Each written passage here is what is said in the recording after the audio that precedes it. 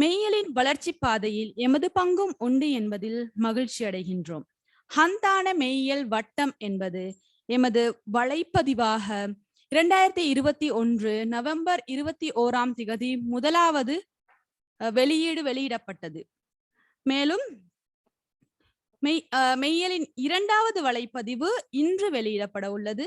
மேலும் இணையதள இதழ் வெளியீடும் இன்றைய நாளில் இடம்பெற உள்ளது என்பதனையும் பெருமையுடன் தெரிவித்துக் கொள்கிறோம்.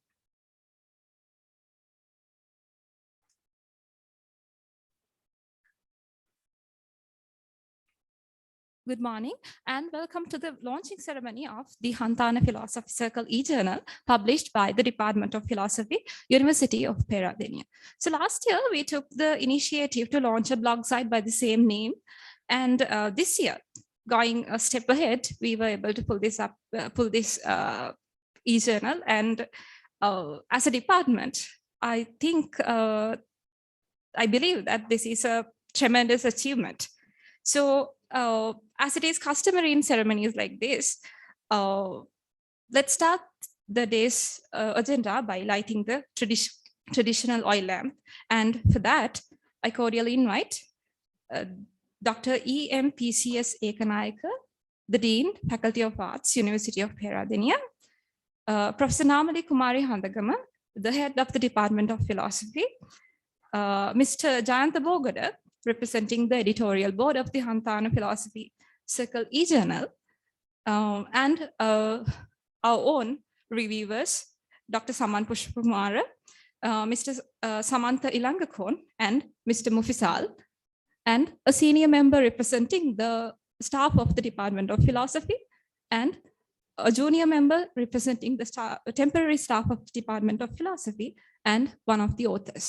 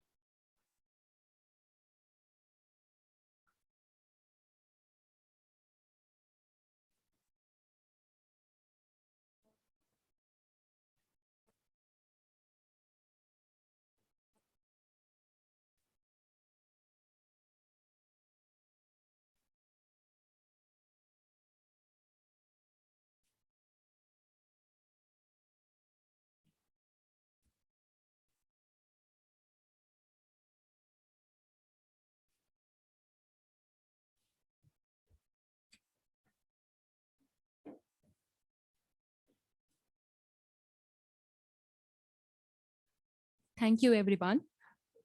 To welcome all our distinguished guests and to address this gathering as a representative of the editorial board of Hanthana Philosophy Circle, Department of Philosophy, I cordially invite Mr. Jayantha Bogata.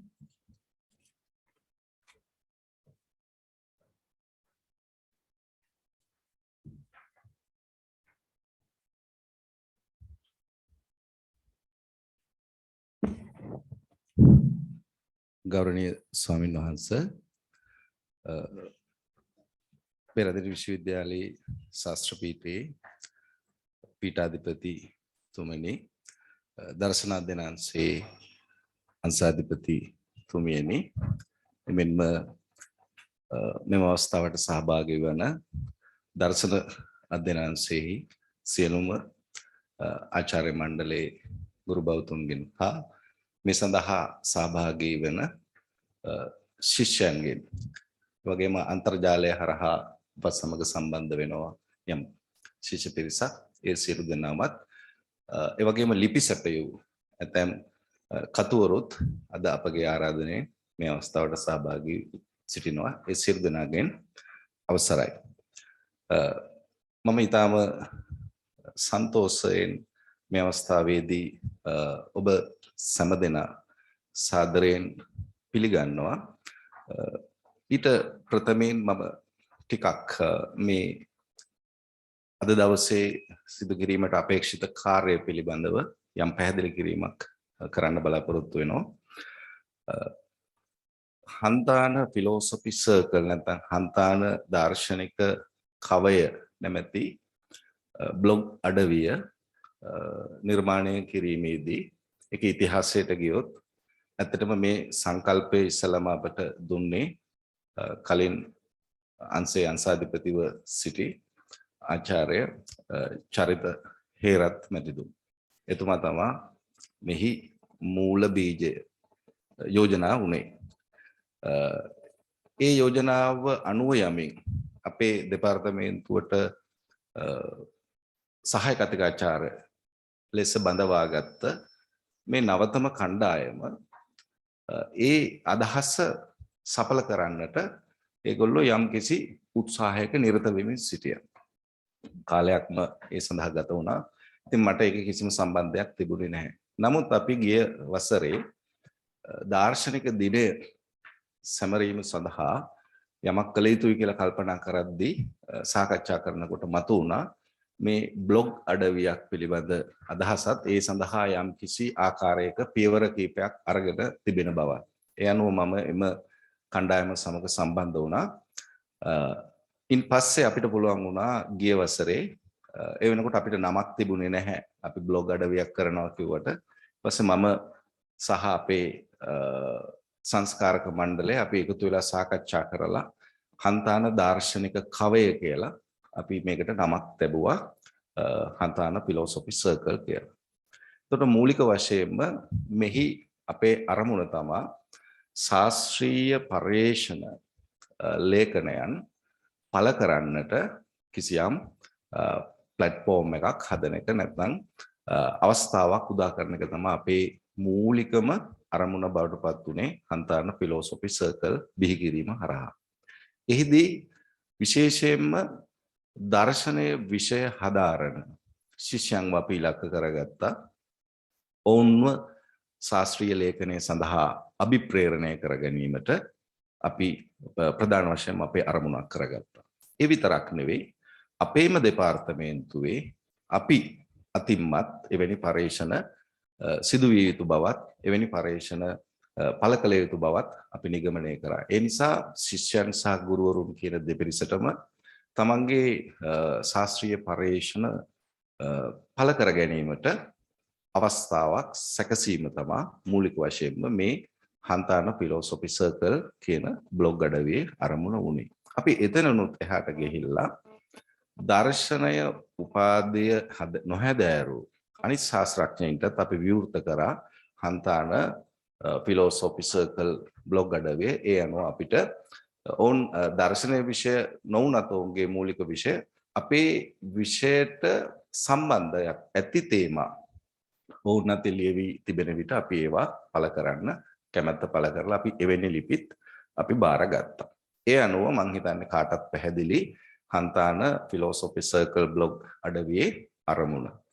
ඉන් අනතුරුව අපි මේ blog අඩවිය සාමාන්‍යයෙන් වසරකට දෙවතාවක් volume 2ක් එළි දැක්වීම අපේ අරමුණ මාස 6න් 6ට. එතකොට මේ තමයි මේ වසරේ පළමු එළි දැක්වීම. මේ වසරේ අගට අපි බ්ලොග් අඩවියේ මේ වසරේ දෙවෙනි එළි දැක්වීම සිදු කරනවා. එහෙම නැත්නම් අපේ බ්ලොග් අඩවියේ තුන්වෙනි එළි දැක්වීම අපි මේ වසරේ අගට සිදු කරනවා.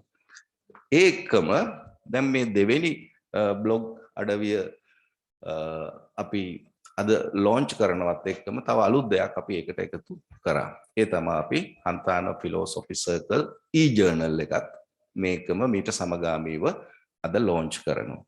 අපි කල්පනා කරා බ්ලොග් අඩවියේ පළවෙන ලිපි නැවත වතාවක් අපිට පුළුවන් බලලා රිවිව් කරලා තව තවක් ඒවා පෙරලා අරගෙන ඊළඟට අපි මේ e-journal එකේ පළ කරනවා. අපේ e-journal එක අපි ලියාපදිංචි කරලා තියෙන ISS numbers අරගෙන. එතකොට ඒක ඕනම කෙනෙකුට තමන්ගේ වෘත්තීය අවශ්‍යතාවවලදී තමන්ගේ publications වලදී ඔයගලන්ට ඒකේ citations පැහැදිලිව දක්වන්න පහසුකම ලැබෙනවා. ඒ නිසා අපි මේ පියවර ගත්තා. එතකොට e-journal එකට අපි ආටිකල් තෝරාගන්නේ බ්ලොග් අඩවියේ පළවෙන ආටිකල්. එතකොට republish එකක් වෙනවා. තමන්ගේ ආටිකල් එක ඒකත් මම හිතන්නේ හොඳ ලකුණක්. තමන් වරක් පළ කර ආටිකල් එකක් තවත් වරක් පළ කරන්න ලැබෙනවා නම් ඒකත් වටිනවා. එතකොට රීපබ්ලිකේෂන් එකක් විදිහට. එතකොට අපි මේ වතාවේදී මම කෙටියෙන් පැහැදිලි කරොත් අපිට පළවෙනි වොලියුම් එකේ ආටිකල් 20යි එකතු කරගන්න පුළුවන් වුණේ අපේ බ්ලොග් අඩවියේ. ඒකෙදි සිංහල ආටිකල් 10යි, ඉංග්‍රීසි ආටිකල් 3යි, දෙමළ ආටිකල් 7යි, ආටිකල් 20ක් අපිට පළවෙනි බ්ලොග් අඩවියට තෝරගන්න පුළුවන් වුණා. දෙවෙනි බ්ලොග් අඩවියේ අපේ දෙවෙනි වොලියුම් එකට එනකොට සිංහල ආටිකල් මෙවර අපිට 8යි ලැබෙන්නේ. අපි ගියවර 10ක් තිබුණා. නමුත් ඉංග්‍රීසි ආටිකල් වැඩි වෙලා තිනවා. ගියවර අපිට ආටිකල්ස් 3යි හම්බුනේ. මෙවර ආටිකල් 6ක් තියෙනවා. දෙමළ ආටිකල් ගියවර 7ක් තිබුණා. මෙවර 8ක් තියෙනවා. ඒකට මාධ්‍ය අතර යම් බැලන්ස් එකක් තියෙනවා. හැම මාධ්‍යයකින්ම එක හා සමාන. එතකොට සමස්තයක් විදිහට ඔක්කොම ආටිකල් මෙවර 22ක් තියෙනවා. එතකොට ඒ 22ත් ගියවර ආටිකල් වලින් අපිට සමහර ආටිකල් අපි ඒ ඔතොස්ලට කිව්වා යම් යම් සංශෝධන තියෙනවා ඒවා කරලා දෙන්න කියලා. නමුත් ඔවුන් ඒවා කරලා නොදුන්න නිසා සමහර ආටිකල් අපි e-journal එකට ගත්තේ නැහැ. එතනින් 15ක් අරගත්තා. මෙවර පළ කරන ආටිකල් 22ත් එක්ක ආටිකල් 37ක් එතකොට අපේ e-journal එකේ මෙවර අපි පළ කරනවා. එතකොට e-journal එකේ එන්නේ බ්ලොග් අඩවි නැත්නම් බ්ලොග් එකේ වොලියුම් 2ක් ලොන්ච් කරාට පස්සේ ඒ දෙකේ ආටිකල් එකට එකතු කරලා තමයි අපි e-journal එකට අරගන්නේ. එහෙමනම් මම හිතන්නේ ඊටම පැහැදිලි ඔබට මේ Hanthana Philosophy Circle බ්ලොග් අඩවිය දර්ශන දෙපාර්තමේන්තුවේ එහි අරමුණු. එතකොට මෙවර අපේ බ්ලොග් අඩවියත් එක්ක අපි e-journal එකත් ලොන්ච් කරන්න ලැබීම ඊටාම සතුටක්. එහෙමනම් හරිම සතුටුයි ඔබ සියලු දෙනා මේ අවස්ථාවට සහභාගී වීම. විවිධ දුෂ්කරතා මැද්දේ මම විශේෂයෙන්ම අපි ආරාධනා කරලා තිබුණා අපේ නියෝජ්‍ය උපකුලපතිතුමන්ට.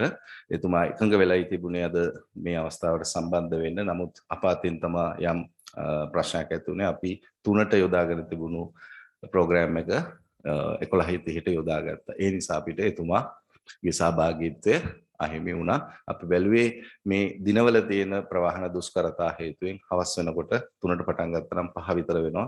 ඒ වෙන විට කාර්ය මණ්ඩල වලටත් නිවස් බලා යන්න අවශ්‍යයි.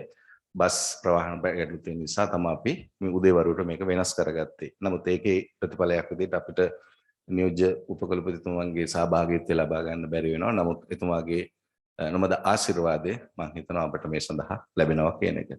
ඉතින් මම ඒ වගේම මගේ දෙපාර්තමේන්තුවත් ඒ වගේම සංස්කාරක මණ්ඩලයත් වෙනුවෙන් මම ඉතාම ගෞරවයෙන් මේ අවස්ථාවට සහභාගී වෙච්ච අපගේ පීඨේ පීඨාධිපති ආචාර්ය ප්‍රභාත් ඒකනායක මැතිතුමන්ව පිළිගන්නවා. එතුමා කවදත් අපගේ දෙපාර්තමේන්තුවේ කාර්යයන් වලට එතුමාගේ මොමද සහයෝගය දක්වනවා. විවිධ රාජකාරී මැද්දේ ඔබතුමා මේ අවස්ථාවට සහභාගී වීම අපට ඉතාමත් ගෞරවයක් බව ඉතාම නිහතමානීව සඳහන් කරනවා. ඒ වගේම මම තම සාදරයෙන් පිළිගන්නවා පාන්සේ අංශාධිපතිනි මහාචාර්ය නාමලී කුමාරී හඳගම මැතිණිය.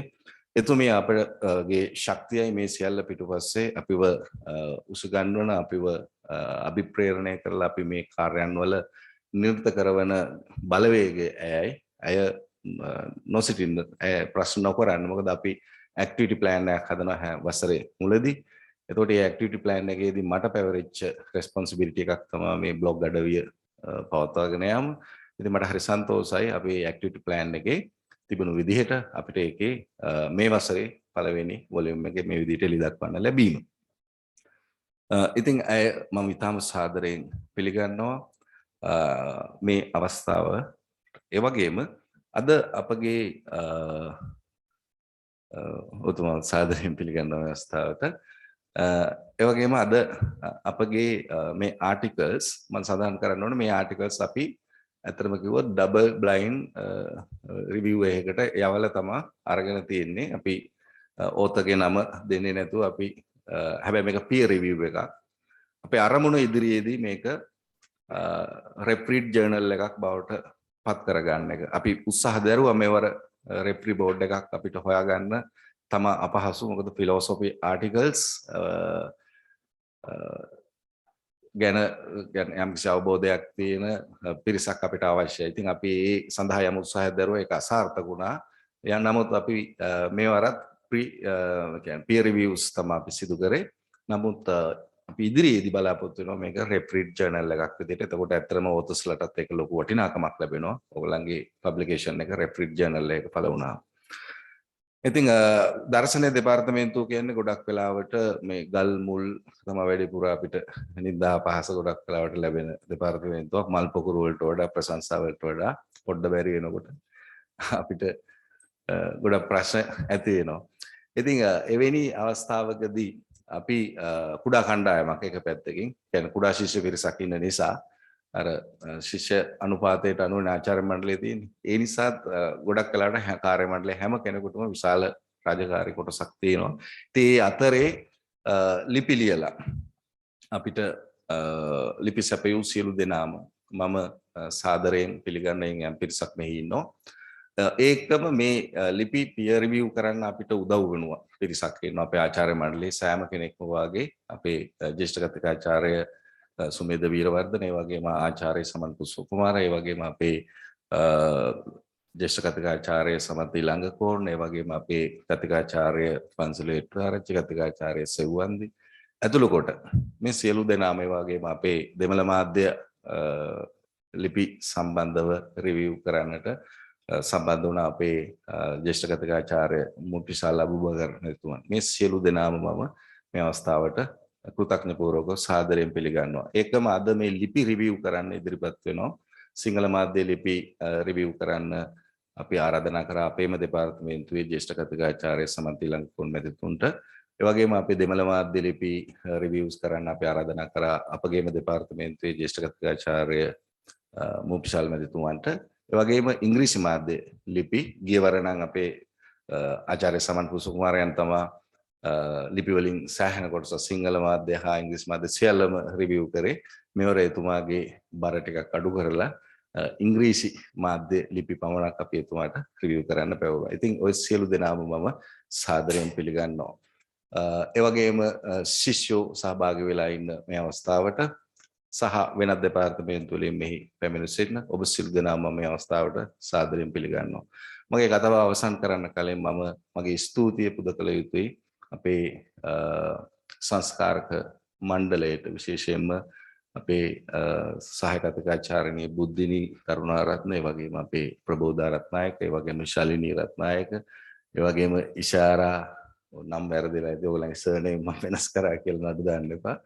ඉතින් ඒ වගේම දෙමළ මාධ්‍ය අපේ සින්දු ප්‍රියා, ඒ වගේම ශශිකලා මේ සියලුම දෙනා තාම කැපවීමෙන් තාම ඕනෑකමින් මේ කාර්යයට දායක වුණා. මම හිතන්නේ වැඩි බර කොටසක් ඇද්ද බුද්ධිනීද කියලා මම දන්නේ නැහැ. එහෙම කියන එක හරි නෑ. ඔව් ටීම් වර්ක් එකක්. නමුත් ඒක විශේෂයෙන් කියන්න ඕනේ ඔයා ගොඩක් සීරියස් දේවල් වලදී ප්‍රබෝධා බුද්ධිනි සම්බන්ධ වෙනවා අනිත් අය හිත නරක කරගන්න ගන්නෑ නමුත් මම දැක්ක දේ ගොඩක් ටෙක්නිකල් පැත්තේ දේවල් වලදී ඔවුන් සැහැණ දායකත්වයක් දුන්නා ඔවුන්ගේ විශේෂ ස්කිල්ස් තියෙනවා ඒ ස්කිල්ස් ඒගොල්ලෝ පාවිච්චි කරා මම හිතන්නේ ඔයගොල්ලන්ටත් සුබ අනාගතයක් ලැබෙන්න ඕනේ මේ කරන මේ දායක වෙච්ච එකට මොකද සමහර විට මේ කණ්ඩායම ඊළඟ සැරේ නැති වෙන්න පුළුවන් මේගොල්ලෝ ටෙම්පරරි ලෙක්චරර්ස්ලා නිසා ඊළඟට මේක ඉදිරියට අරන් යන්න වෙන්නේ ඊළඟට එන කණ්ඩායමක් එක්ක කොහොම හරි ඉතින්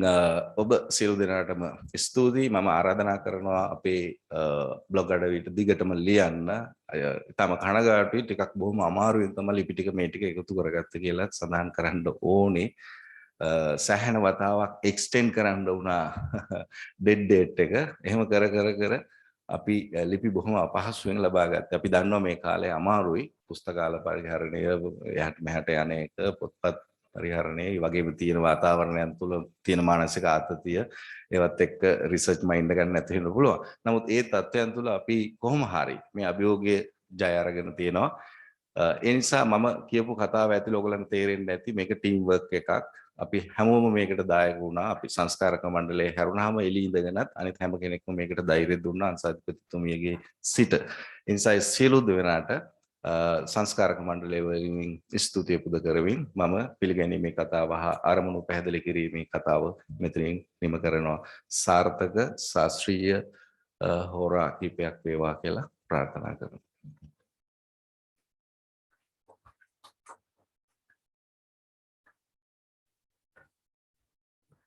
Thank you, sir. Without your support and guidance, this event will not become a reality. I cordially invite Professor Namali Kumari Handagama, the head, Department of Philosophy, University of Peradeniya, to address the gathering.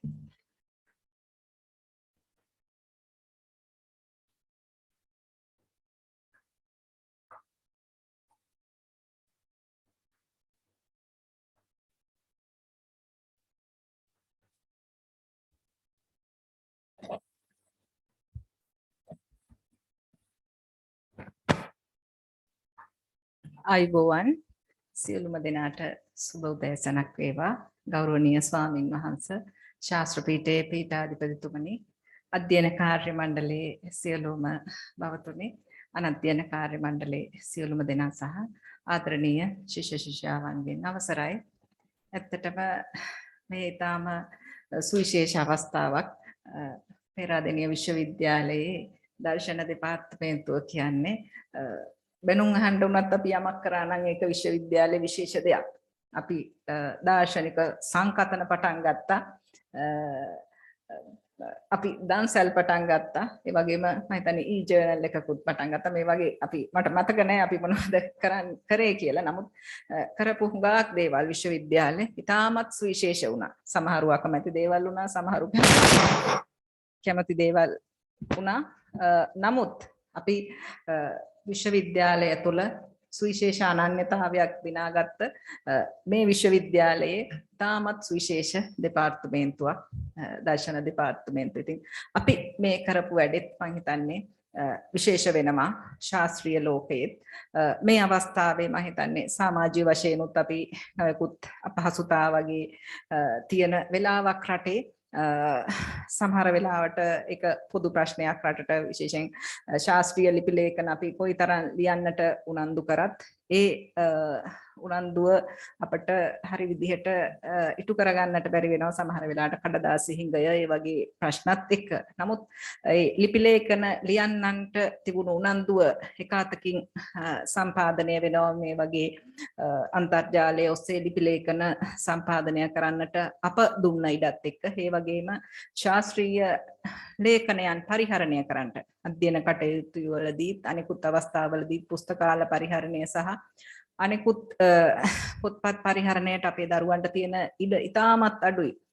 දැන් මම හිතන්නේ අපිත් අන්තර්ජාල ගැනීම කටයුතු වලට ඉක්මනින්ම යොමු වෙන්නට වෙයි. ඉතින් ඒ නිසා අපි දිගින් දිගටම උනන්දු වුණා මේක ඉක්මනින්ම ඉවර කරලා අපේ අයට අවස්ථාව දෙනවා මේ ලිපි ලේඛන කියවගෙන ශාස්ත්‍රීය වශයෙන් කිසියම් අවබෝධයක් ලබා ගන්න අපේ දරුවන්ටම අවස්ථාවක් වැඩිපුර අවස්ථාවක් මොකද ලිපි ලේඛන හුඟක් වෙලාවට දර්ශනය සම්බන්ධව ඒගොල්ලන්ගේ විෂය කරුණු සම්බන්ධව දේවලුත් තියෙන නිසා ගොඩක් පහසුවකුත් වෙයි කියලා හිතලා ඒ ඉඩ වෙනුවෙන් වැඩි උනන්දුවකින් අපිට කටයුතු කරන්නට සිද්ධ වුණා. ඉතින් මේ අවස්ථාවේදී මම විශේෂයෙන්ම මතක් කරන්නට ඕන අපේ මේ ශාස්ත්‍රීය කටයුත්ත සම්පාදනය කර ගැනීමේදී හැම වෙලේම අපට ධෛර්යයක් වෙමින් අපිට සමහර වෙලාවට ශාලාවෙන් කරගන්න එකේ ඉඳලා හුඟක් දේවල් උපදෙස් අනුශාසනා අපට ලැබුණේ පීඨාධිපතිතුමන් හරහා එතුමන්ගේ අනුග්‍රහය එතුමන් පොඩි කාරණයක් වුණත් මේකට පුළුවන් දෙන්න අහනකොට එතුමන්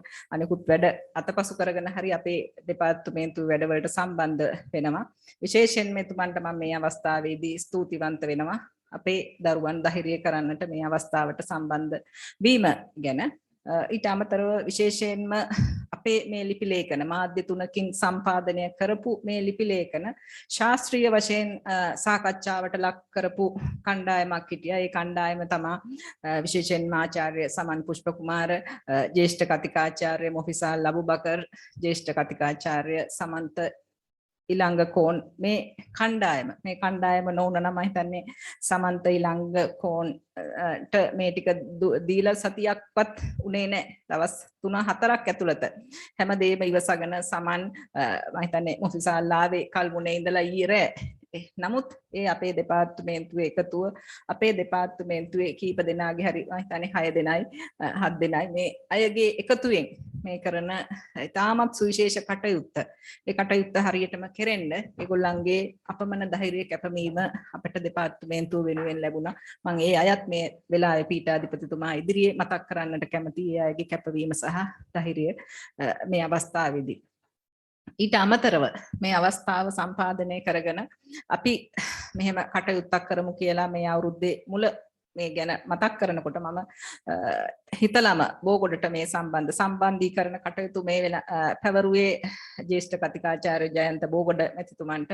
එතුමන් ගොඩාක් කාර්යබහුල පුද්ගලයෙක්. නමුත් එතුමන් මේ අපේ සහාය කතිකාචාර්ය මණ්ඩලය එතුමන් කලිනුත් මතක් කරා ඒ කණ්ඩායමත් එකතු කරගෙන ඉතාමත් කෙටි කාලයක් ඇතුළත සමහර වෙලාවට මේ පීඩනයක් ලොකු පීඩනයකුත් වෙන්නට ඇති අපේ සහාය කතිකාචාර්ය මණ්ඩලයට.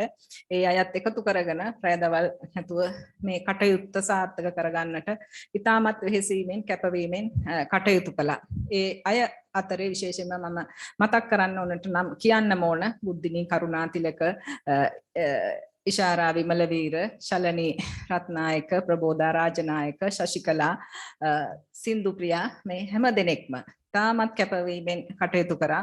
ඒ සියලු දෙනාගේම කැපවීම ධෛර්යය මම හිතන්නේ අන්තිමටත් අපි ඊයේ දවල් වෙනකොටත් කතා කරා මේක අතහැරලා දාමුද මොකද සහය නියෝජ්‍ය උපකුලපතිතුමන් මේ අපි කාලය ඉස්සරහට දානවා මේ කලින් වහන්න තියෙන ප්‍රශ්නත් එක්ක පීඨය වහන්න තියෙන ප්‍රශ්නත් එක්ක කියනකොට උපකුලපතිතුමා කීවේ මම නාමලි මේ අපේම දෙපාර්තමේන්තුවේ වැඩක 11ට ඉන්නේ මම ඒක නවත්තලා එන්නද ඔයා මොකද කියන්නේ කියලා මං කිව්වා නෑ එහෙම අවශ්‍ය නෑ කුෂිකර්ම පීඨේ මම හිතන්නේ විශේෂ වැඩක එතුමා යදිලා ඉන්නවා එතුමා මං කිව්වා නෑ කමක් නෑ ඔබතුමා ඉන්න පීඨාධිපතිතුමාත් අපි මේ වැඩේ කරගන්නම් කියලා. නමුත් තාමත් සතුටින් සුබපතනවා අපේ වැඩේට කියලා එතුමන් කීවා. ඔය සියලු දෙනාගේම කැපවීම ධෛර්යය ගැන එතුමන් මතක් කරා. අපේ දෙපාර්තමේන්තුව ගැන විශේෂයෙන් පැහැදීමෙන් හැම වෙලේම කතා කරන නියෝජ්‍ය උපකුලපතිතුමා වෙනදා වගේම සුබපැතුවා. ඉතින් ඒ වගේම ඒ අයට වගේම අපේ සහාය කතිකාචාර්ය මණ්ඩලයටත් ඊට අමතරව අපේ අනධ්‍යයන කාර්ය මණ්ඩලයටත් ඒ වගේම මේ සම්බන්ධ වෙලා ඉන්නවා මම හිතන්නේ විශාල ප්‍රමාණයක් ශිෂ්‍යයන් සම්බන්ධ වෙලා ඉන්නවා. ඒ සියලුම දෙනාටත් ඊට අමතරව නොඑක් ආයුරින් සහාය වෙලා මෙතෙන්ට ඇවිදින්න දැන් පෙනී සිටින්න අනිකුත් වැඩවලට සම්බන්ධ වෙමින් උපදෙස් දෙමින් අපිත් එක්ක හිටිය මේ සියලුම දෙනාට විශේෂයෙන්ම සුමේද මංජුල මහත්මයාට පන්සිලු හෙට්ටිආරාජ්‍ය මහත්මයාට සෙව්වන්දි මේ අපි හැමෝටම අපිම ස්තුති කරගන්නව නෙමෙයි. නමුත් අපේ මේ කණ්ඩායමක් විදිහට අපි මේ සියලු දෙනා එකතු වෙලා කරන මේ වැඩේට සහයෝගය දැක්වමින් මෙහි පැමිණි සියලුම දෙනාටත් අපේම දෙපාර්තමේන්තුවේ සියලු දෙනාටත් විශේෂයෙන්ම ලිපි සපයමින් අපිට සහයෝගය දැක් වූ සියලුම දෙනාටත් මේ අවස්ථාවේදී ස්තුතිවන්ත වෙමින් මම අපේ දෙපාර්තමේන්තුවේ අපේම මේ කණ්ඩායම ඉදිරිපත් වෙලා කරන්නට හදන මේ ශාස්ත්‍රීය කටයුත්තට සුබ පතමින් ස්තුතිවන්ත වෙමින් නවතිනවා. ස්තුතියි.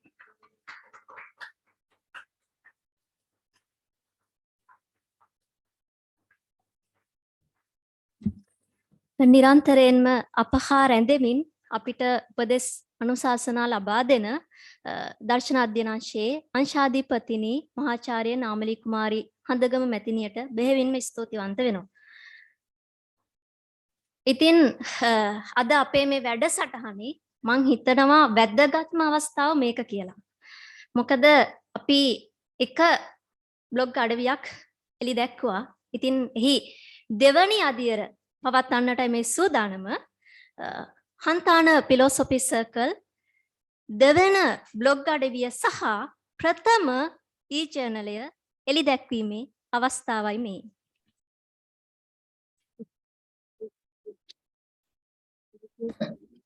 எங்களை ஊக்குவித்த எமது துறை தலைவருக்கு நன்றி.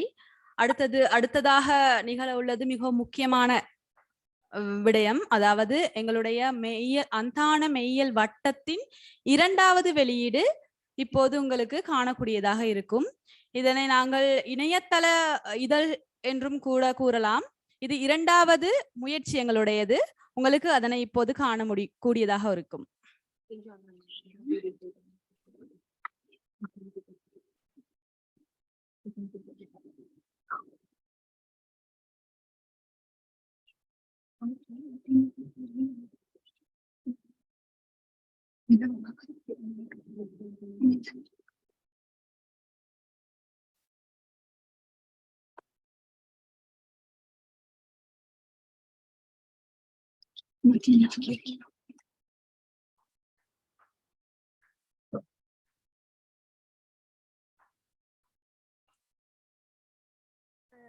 මේ වගේ වැඩසටහනක් කරද්දී සාමාන්‍යයෙන් තාක්ෂණික දෝෂ එනවා. ඒ නිසා පොඩි වෙලාවක් හැඳෙන්න කියලා ආරාධනා කරනවා.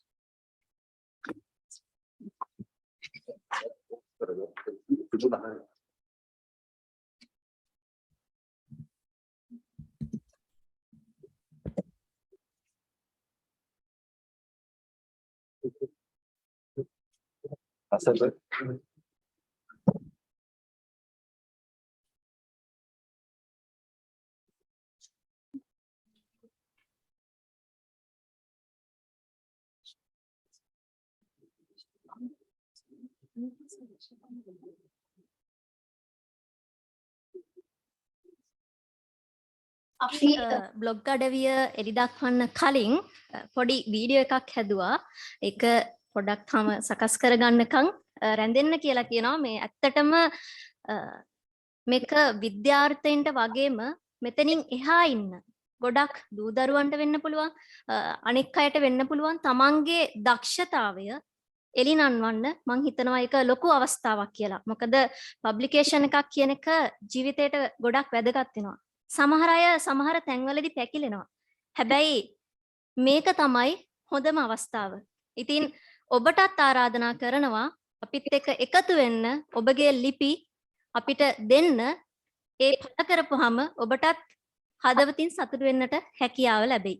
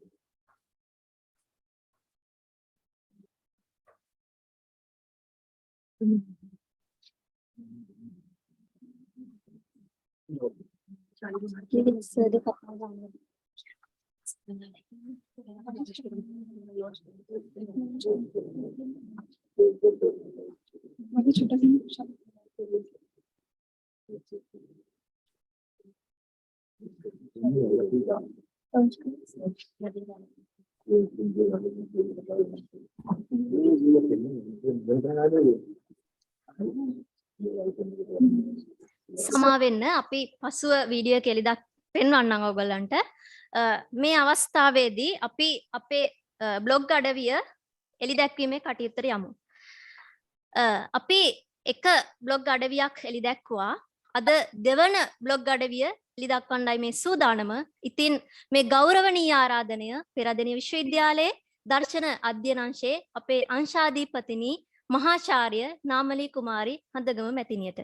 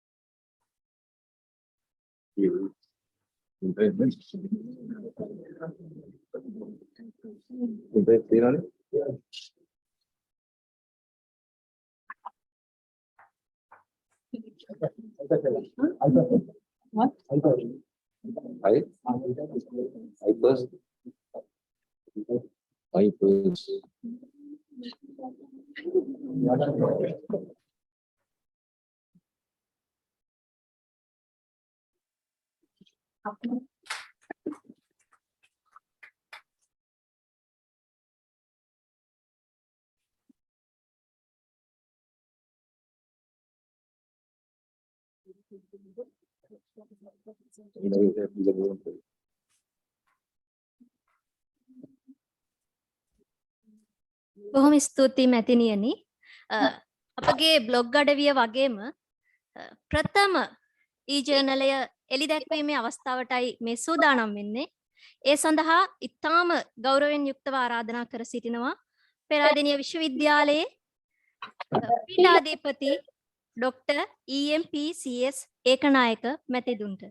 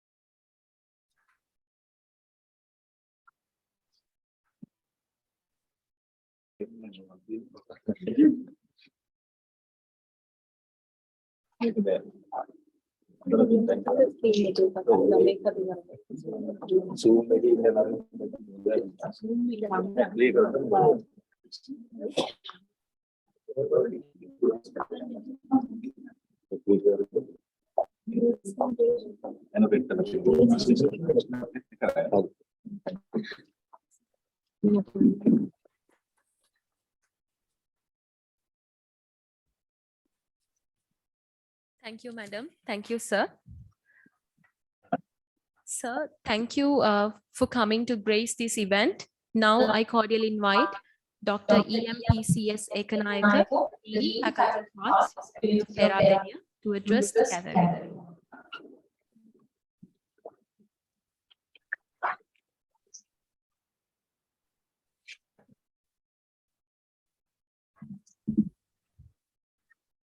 Good afternoon, all of you. Reverends, Head Department of Philosophy, Professor Namali Hadagaba,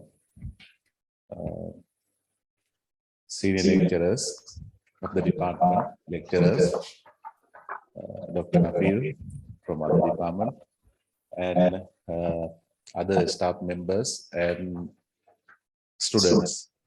This is great pleasure to see this type of development introduced by the Department of Philosophy, Faculty of Arts. As the Dean of the faculty, I warmly congratulate and appreciate your effort. This is really wonderful because department like philosophy always need to get initiation of this activity, provide the direction, possible direction to the development of the faculty. As you know, we are in the crisis situation in this country at the moment. Most of the people are reluctant to work at the moment because of these problems encountered by different ways, many ways, not only economically, but also psychologically and also society-wise and other forms of difficulties, right?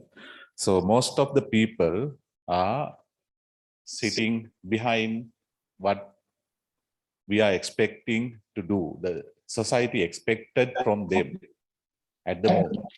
So within this situation, you decided, young lecturers of your department with the help of senior lecturers, decided to initiate, actually you initiated one at the before 6 months ago, this type of blog, and now you publish your second volume of that blog.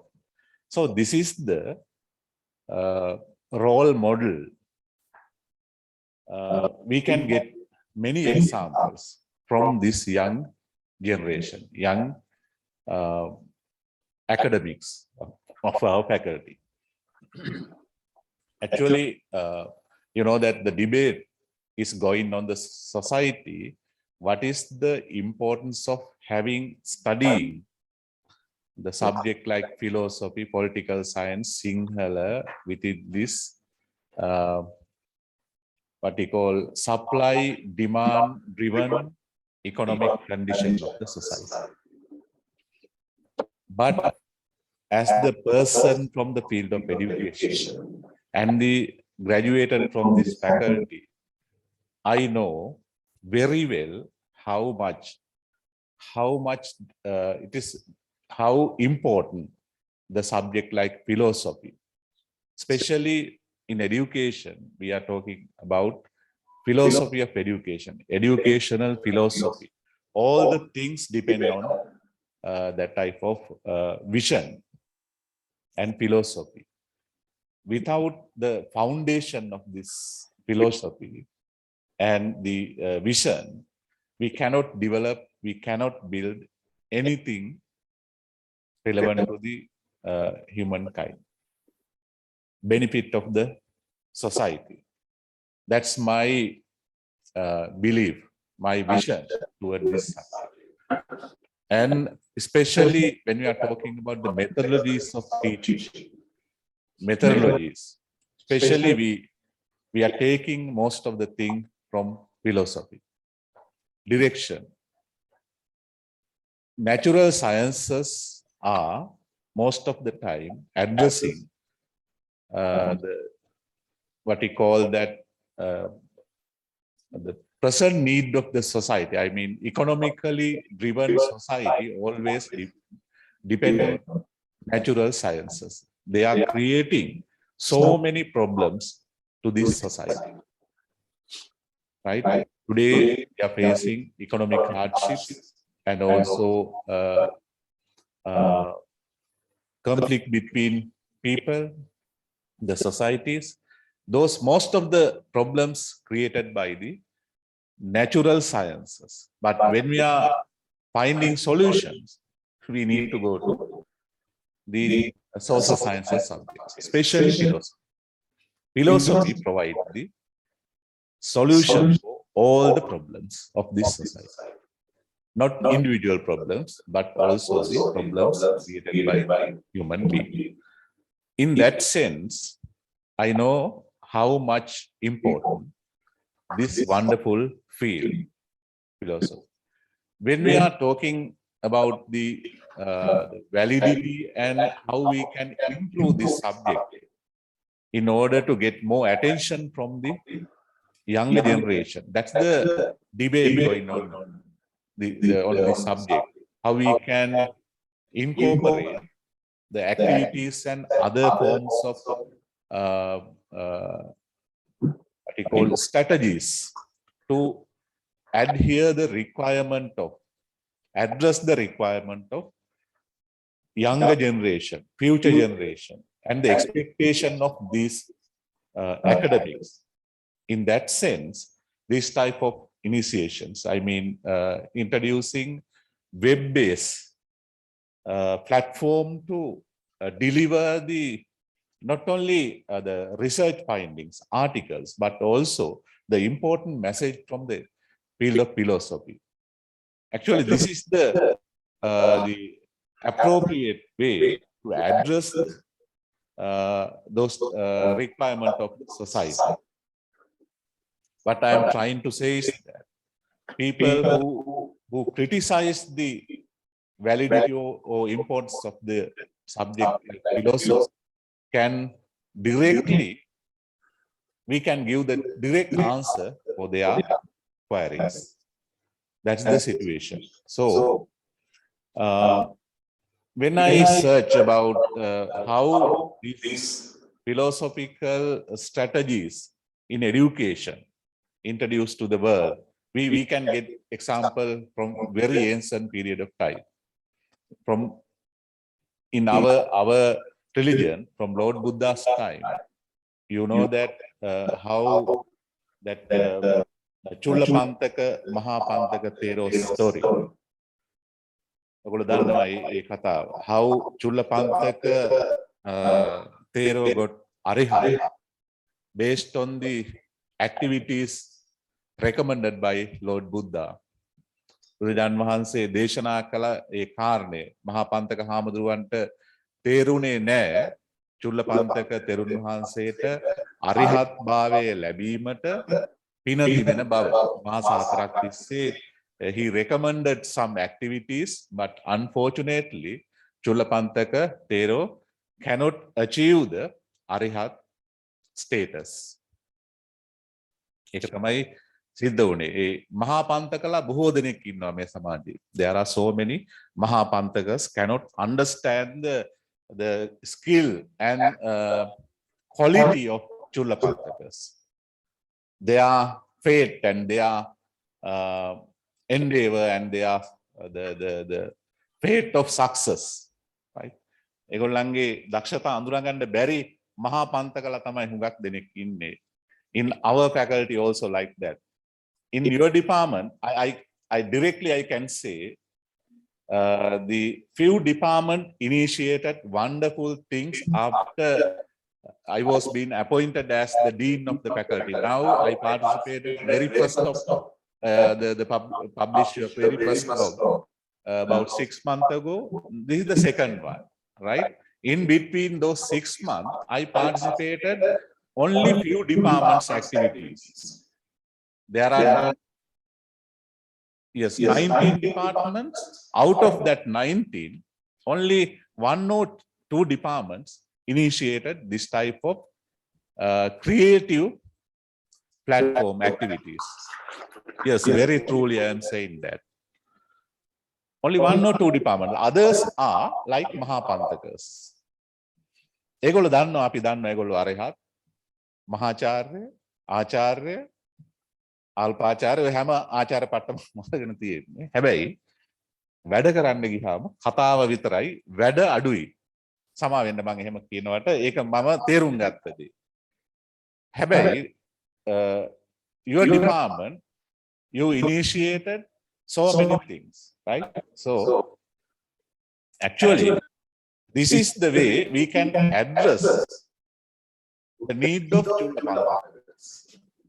ඒගොල්ලන්ගේ අනාගතය හදන්න අපිට පුළුවන්. ඒ බුදුරජාණන් වහන්සේ අනුගමනය කළා වගේම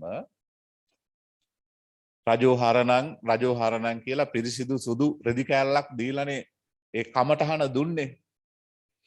එතකොට අවශ්‍ය ඉගැන්වීමේ ක්‍රමය බුදුරජාණන් වහන්සේ මනාව තේරුම් අරගෙන පිනත් තේරුම් අරගෙන චුල්ලපන්තක හාමුදුරුවන්ගේ තිබුණ තමයි ඒ ඉගැන්වීමේ ක්‍රමය තෝරාගත්තේ. අවසානයේ සාර්ථක වුණා. මාස 4ක් තිස්සේ දහදුක් වින්දත් බැරි වුණ දේ අයියා පන්තකට බැරි වුණ දේ බුදුරජාණන් වහන්සේ කළා. That is the gravity and the passion of philosophy.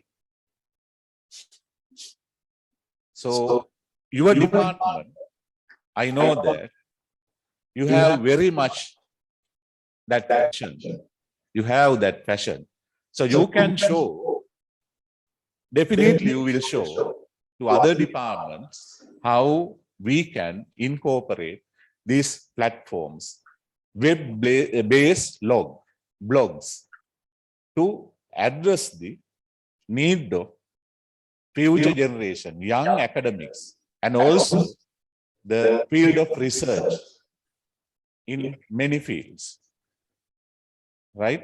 Actually, today morning, I went through some research on blogs. There are wonderful research on this area. So I invite the young academics in your department and other department, try to complete your studies in how we can apply these kind of technology in the field of philosophy and other social sciences to meet the expectation of that field. So that's a wonderful area. You can complete your postgraduate studies also. And you know that how this platform enable the develop and address the requirement of present world and the future world and the expectation of the young academics of the field. ඒ කියන්නේ මේ මම හොයලා බැලුවා මොනවද publish වෙලා තියෙන research කියන එක. ඒකෙදි මම දැක්ක දේ තමයි බොහෝ දෙනෙක් අධ්‍යාපනයේ තියෙන now we are talking about the knowledge based society, knowledge based economy, දැනුම පදනම් කරගත්ත ආර්ථිකය, දැනුම පදනම් කරගත්ත සමාජය. Those are the things now we are emphasizing within the present academic world, present research world, and also economically also like that. ඉතින් අපිට පුළුවන් කොහොමද මේ දැනුම පදනම් කරගත්ත සමාජයට, ඒ වගේම දැනුම පදනම් කරගත්ත ආර්ථිකයට තාක්ෂණයත් බද්ධ කරගෙන what we are calling learner friendly environment. How we can create learner friendly environment. You know that in the future, the young generation, future generation are very keen on technology. They born with these smartphones, smart devices, not like our age. They know how to use this fantastic equipment in fantastic way, not in like our age, right? When we are trying to text a message using our pointer finger, the young generation, the future generation, it's using that way. My little daughter teach me how to use this thing, right?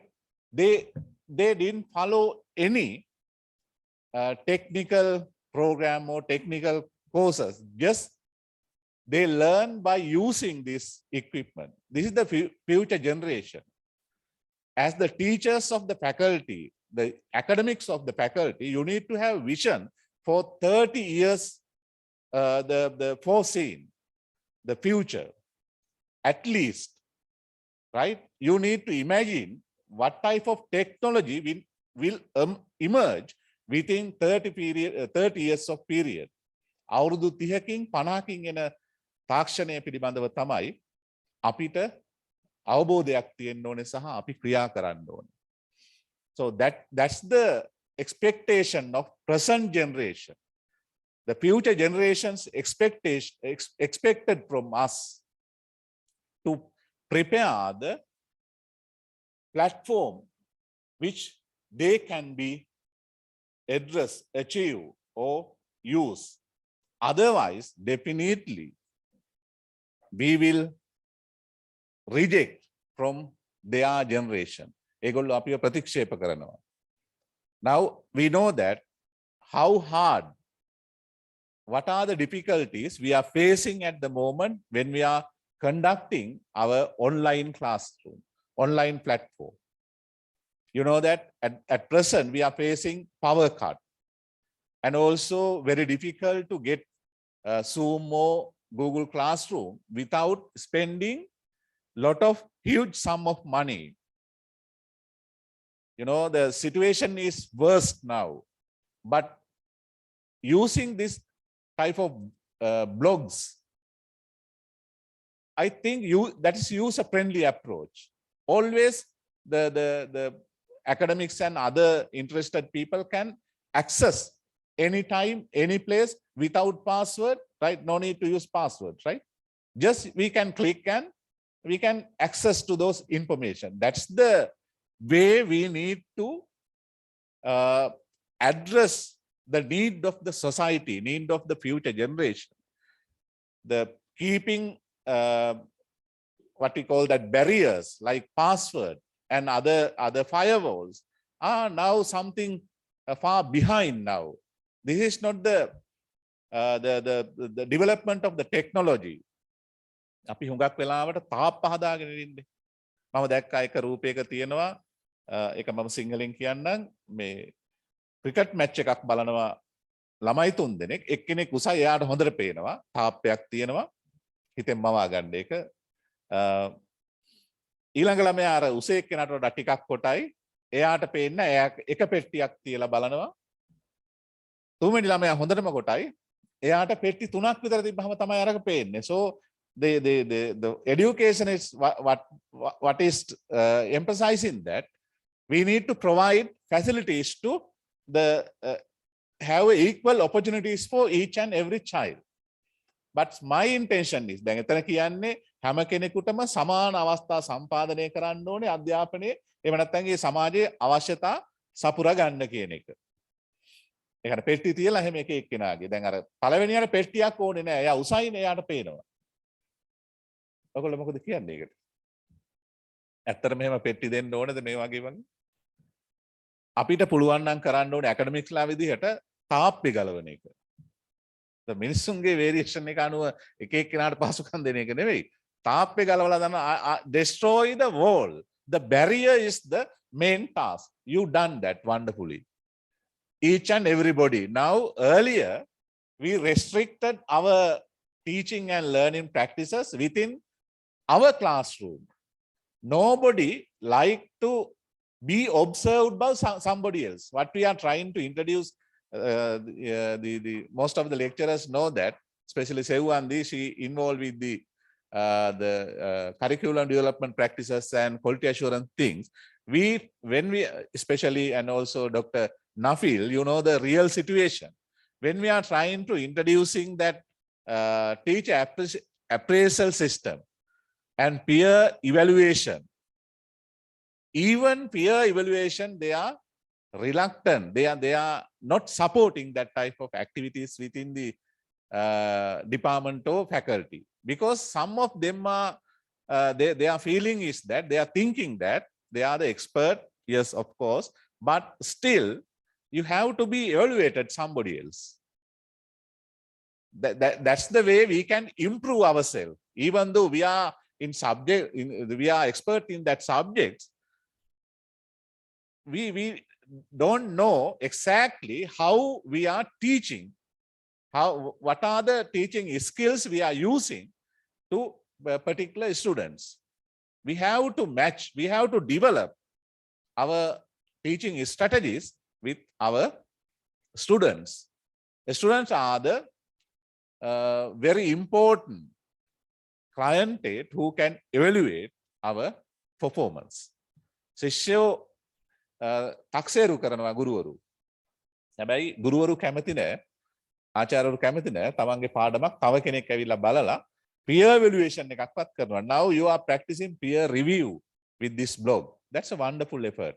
Wonderful example, role model for others. In practice, most of the lecturers are reluctant to be observed. But now you open the platform to be evaluated, your creation or your research by other peers, other lecturers. Then they will provide some kind of guidance, directions, and strength and weaknesses. You can improve yourself. That's the way we need to think. So we need to address the mentality of Mahapantakas. ඒ කියන්නේ චුල්ල පන්තකලට බෑ කියලා හිතන් ඉන්න මහා පන්තකලට බලෙන් මේ teacher appraisal දෙන්න ගියාට කරන්න බෑ Dr. Nafil. So this is the kind of a strategy way to address these things. So I appreciate genuinely from my heart, I appreciate this effort. You are using that type of a strategy to implement that academic expectation of the society. ඉතින් මේ මට හරි සතුටුයි ඒ විදිහට මේ අර barriers අයින් කරලා හැමෝටම පොදු ප්‍රවේශයක් තියෙන හැම කෙනාටම සම්බන්ධ වෙන්න පුළුවන් පහසුවෙන් තොරතුරු හුවමාරු කරගන්න පුළුවන් ලෝකේ කොයි කෙලවරකට හිටියත් not limited to your classroom but also on not only this country, but also other countries of the world. Even though you are living elsewhere in the world, you can access this blog. So this is the prime example. I don't know in Pali about the university, how you are practicing those things at your university. I don't have such experience with other department of this faculty. They are maintaining some websites. But this type of academic forum, I didn't realize those type of are happening within the faculty. I think ඒ නිසා මට කියන්න තියෙන මේ වගේ ආරම්භයක් කළ එක හොඳයි. යෝජනාවක් විදිහට how we can improve this blog. Now you are publishing your second blog with e-journal. Wonderful. Same time, I can give some recommendation to improve this blog and e-journal. As Mr. Bogoda said, you can have the refereed journal in future, and also you can improve the platform using kind of aesthetic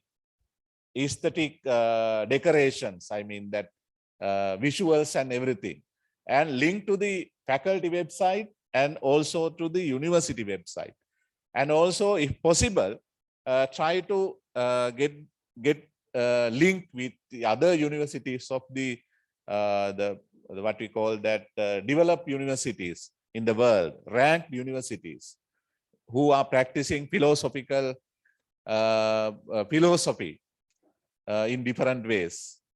I think මම කියන්න උත්සාහ කළේ ඔයගොල්ලන්ට පුළුවන් මේක university website එකට ඒ වගේම faculty website එකට link කරන්න ඒ වගේම අනෙකුත් දෙපාර්තමේන්තු වල ඉන්න විද්‍යාර්ථීන්ටත් ආරාධනා කරන්න සමහරට මහා පන්තකලා ප්‍රතික්ෂේප කරන්න පුළුවන්. ඒ අතර ඉන්නවා තරුණ අපේ ස්වාමීන් වහන්සේලා වගේ පිරිස. ඒ අයට දෙන්න විශේෂයෙන්ම මේක අන්තර් ආගමික inter-religious, inter-community development platform. You can form inter-community, inter-religion development platform through this blog. ඒක කරලා තියෙනවා ඒගොල්ලෝ. You use the tree media for introducing this blog, and also you can develop, as Egyptian ambassador suggested, we can initiate it, what we call that interfaith, right? Interfaith platform. And future we are going to organize kind of the event, seminar or something like that in future conference. So I would like to invite you to get the appropriate action, incorporate this type of blogs within this interfaith, develop interfaith culture within our faculty and the university and the society. That's my expectation. So finally, again, I would like to congratulate and also wish you all the best for your success. And I hope all of you will contribute this academic and the research activity in future in various capacities. Thank you so much for inviting, and wish you all the best. Thank you.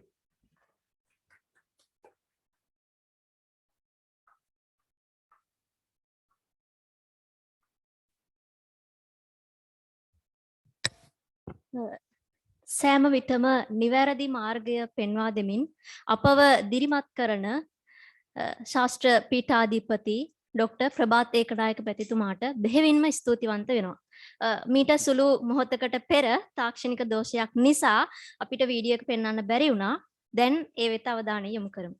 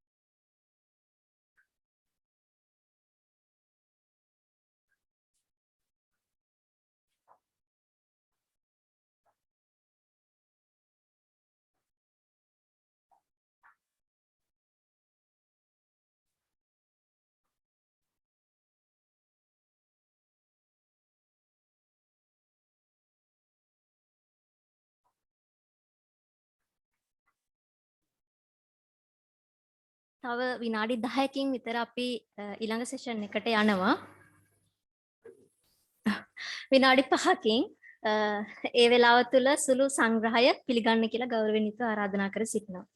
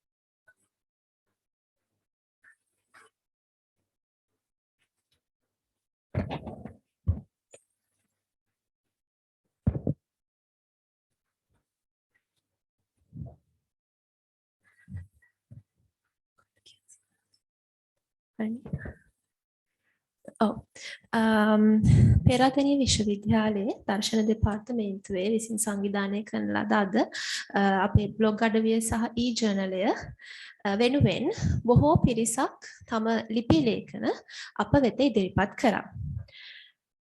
ඒ සම්බන්ධයෙන් අපි ඒ ලිපි ලේඛන වල තියෙන අඩුපාඩු දුර්වලතා සඳහා අපි අපේම දෙපාර්තමේන්තුවේ ඉන්න ජ්‍යෙෂ්ඨ කතිකාචාර්ය මණ්ඩලය වෙත එම ලිපි ලේඛන ඉදිරිපත් කරනු ලැබුවා. තාමත් දීර්ඝ ක්‍රියාවලියකින් පසුව තෝරා ගන්නා ලද විශිෂ්ටම ලිපි අපි අද අපේ බ්ලොග් අඩවියේ සහ e-ජර්නලය තුල ඉදිරිපත් කරලා තියෙනවා.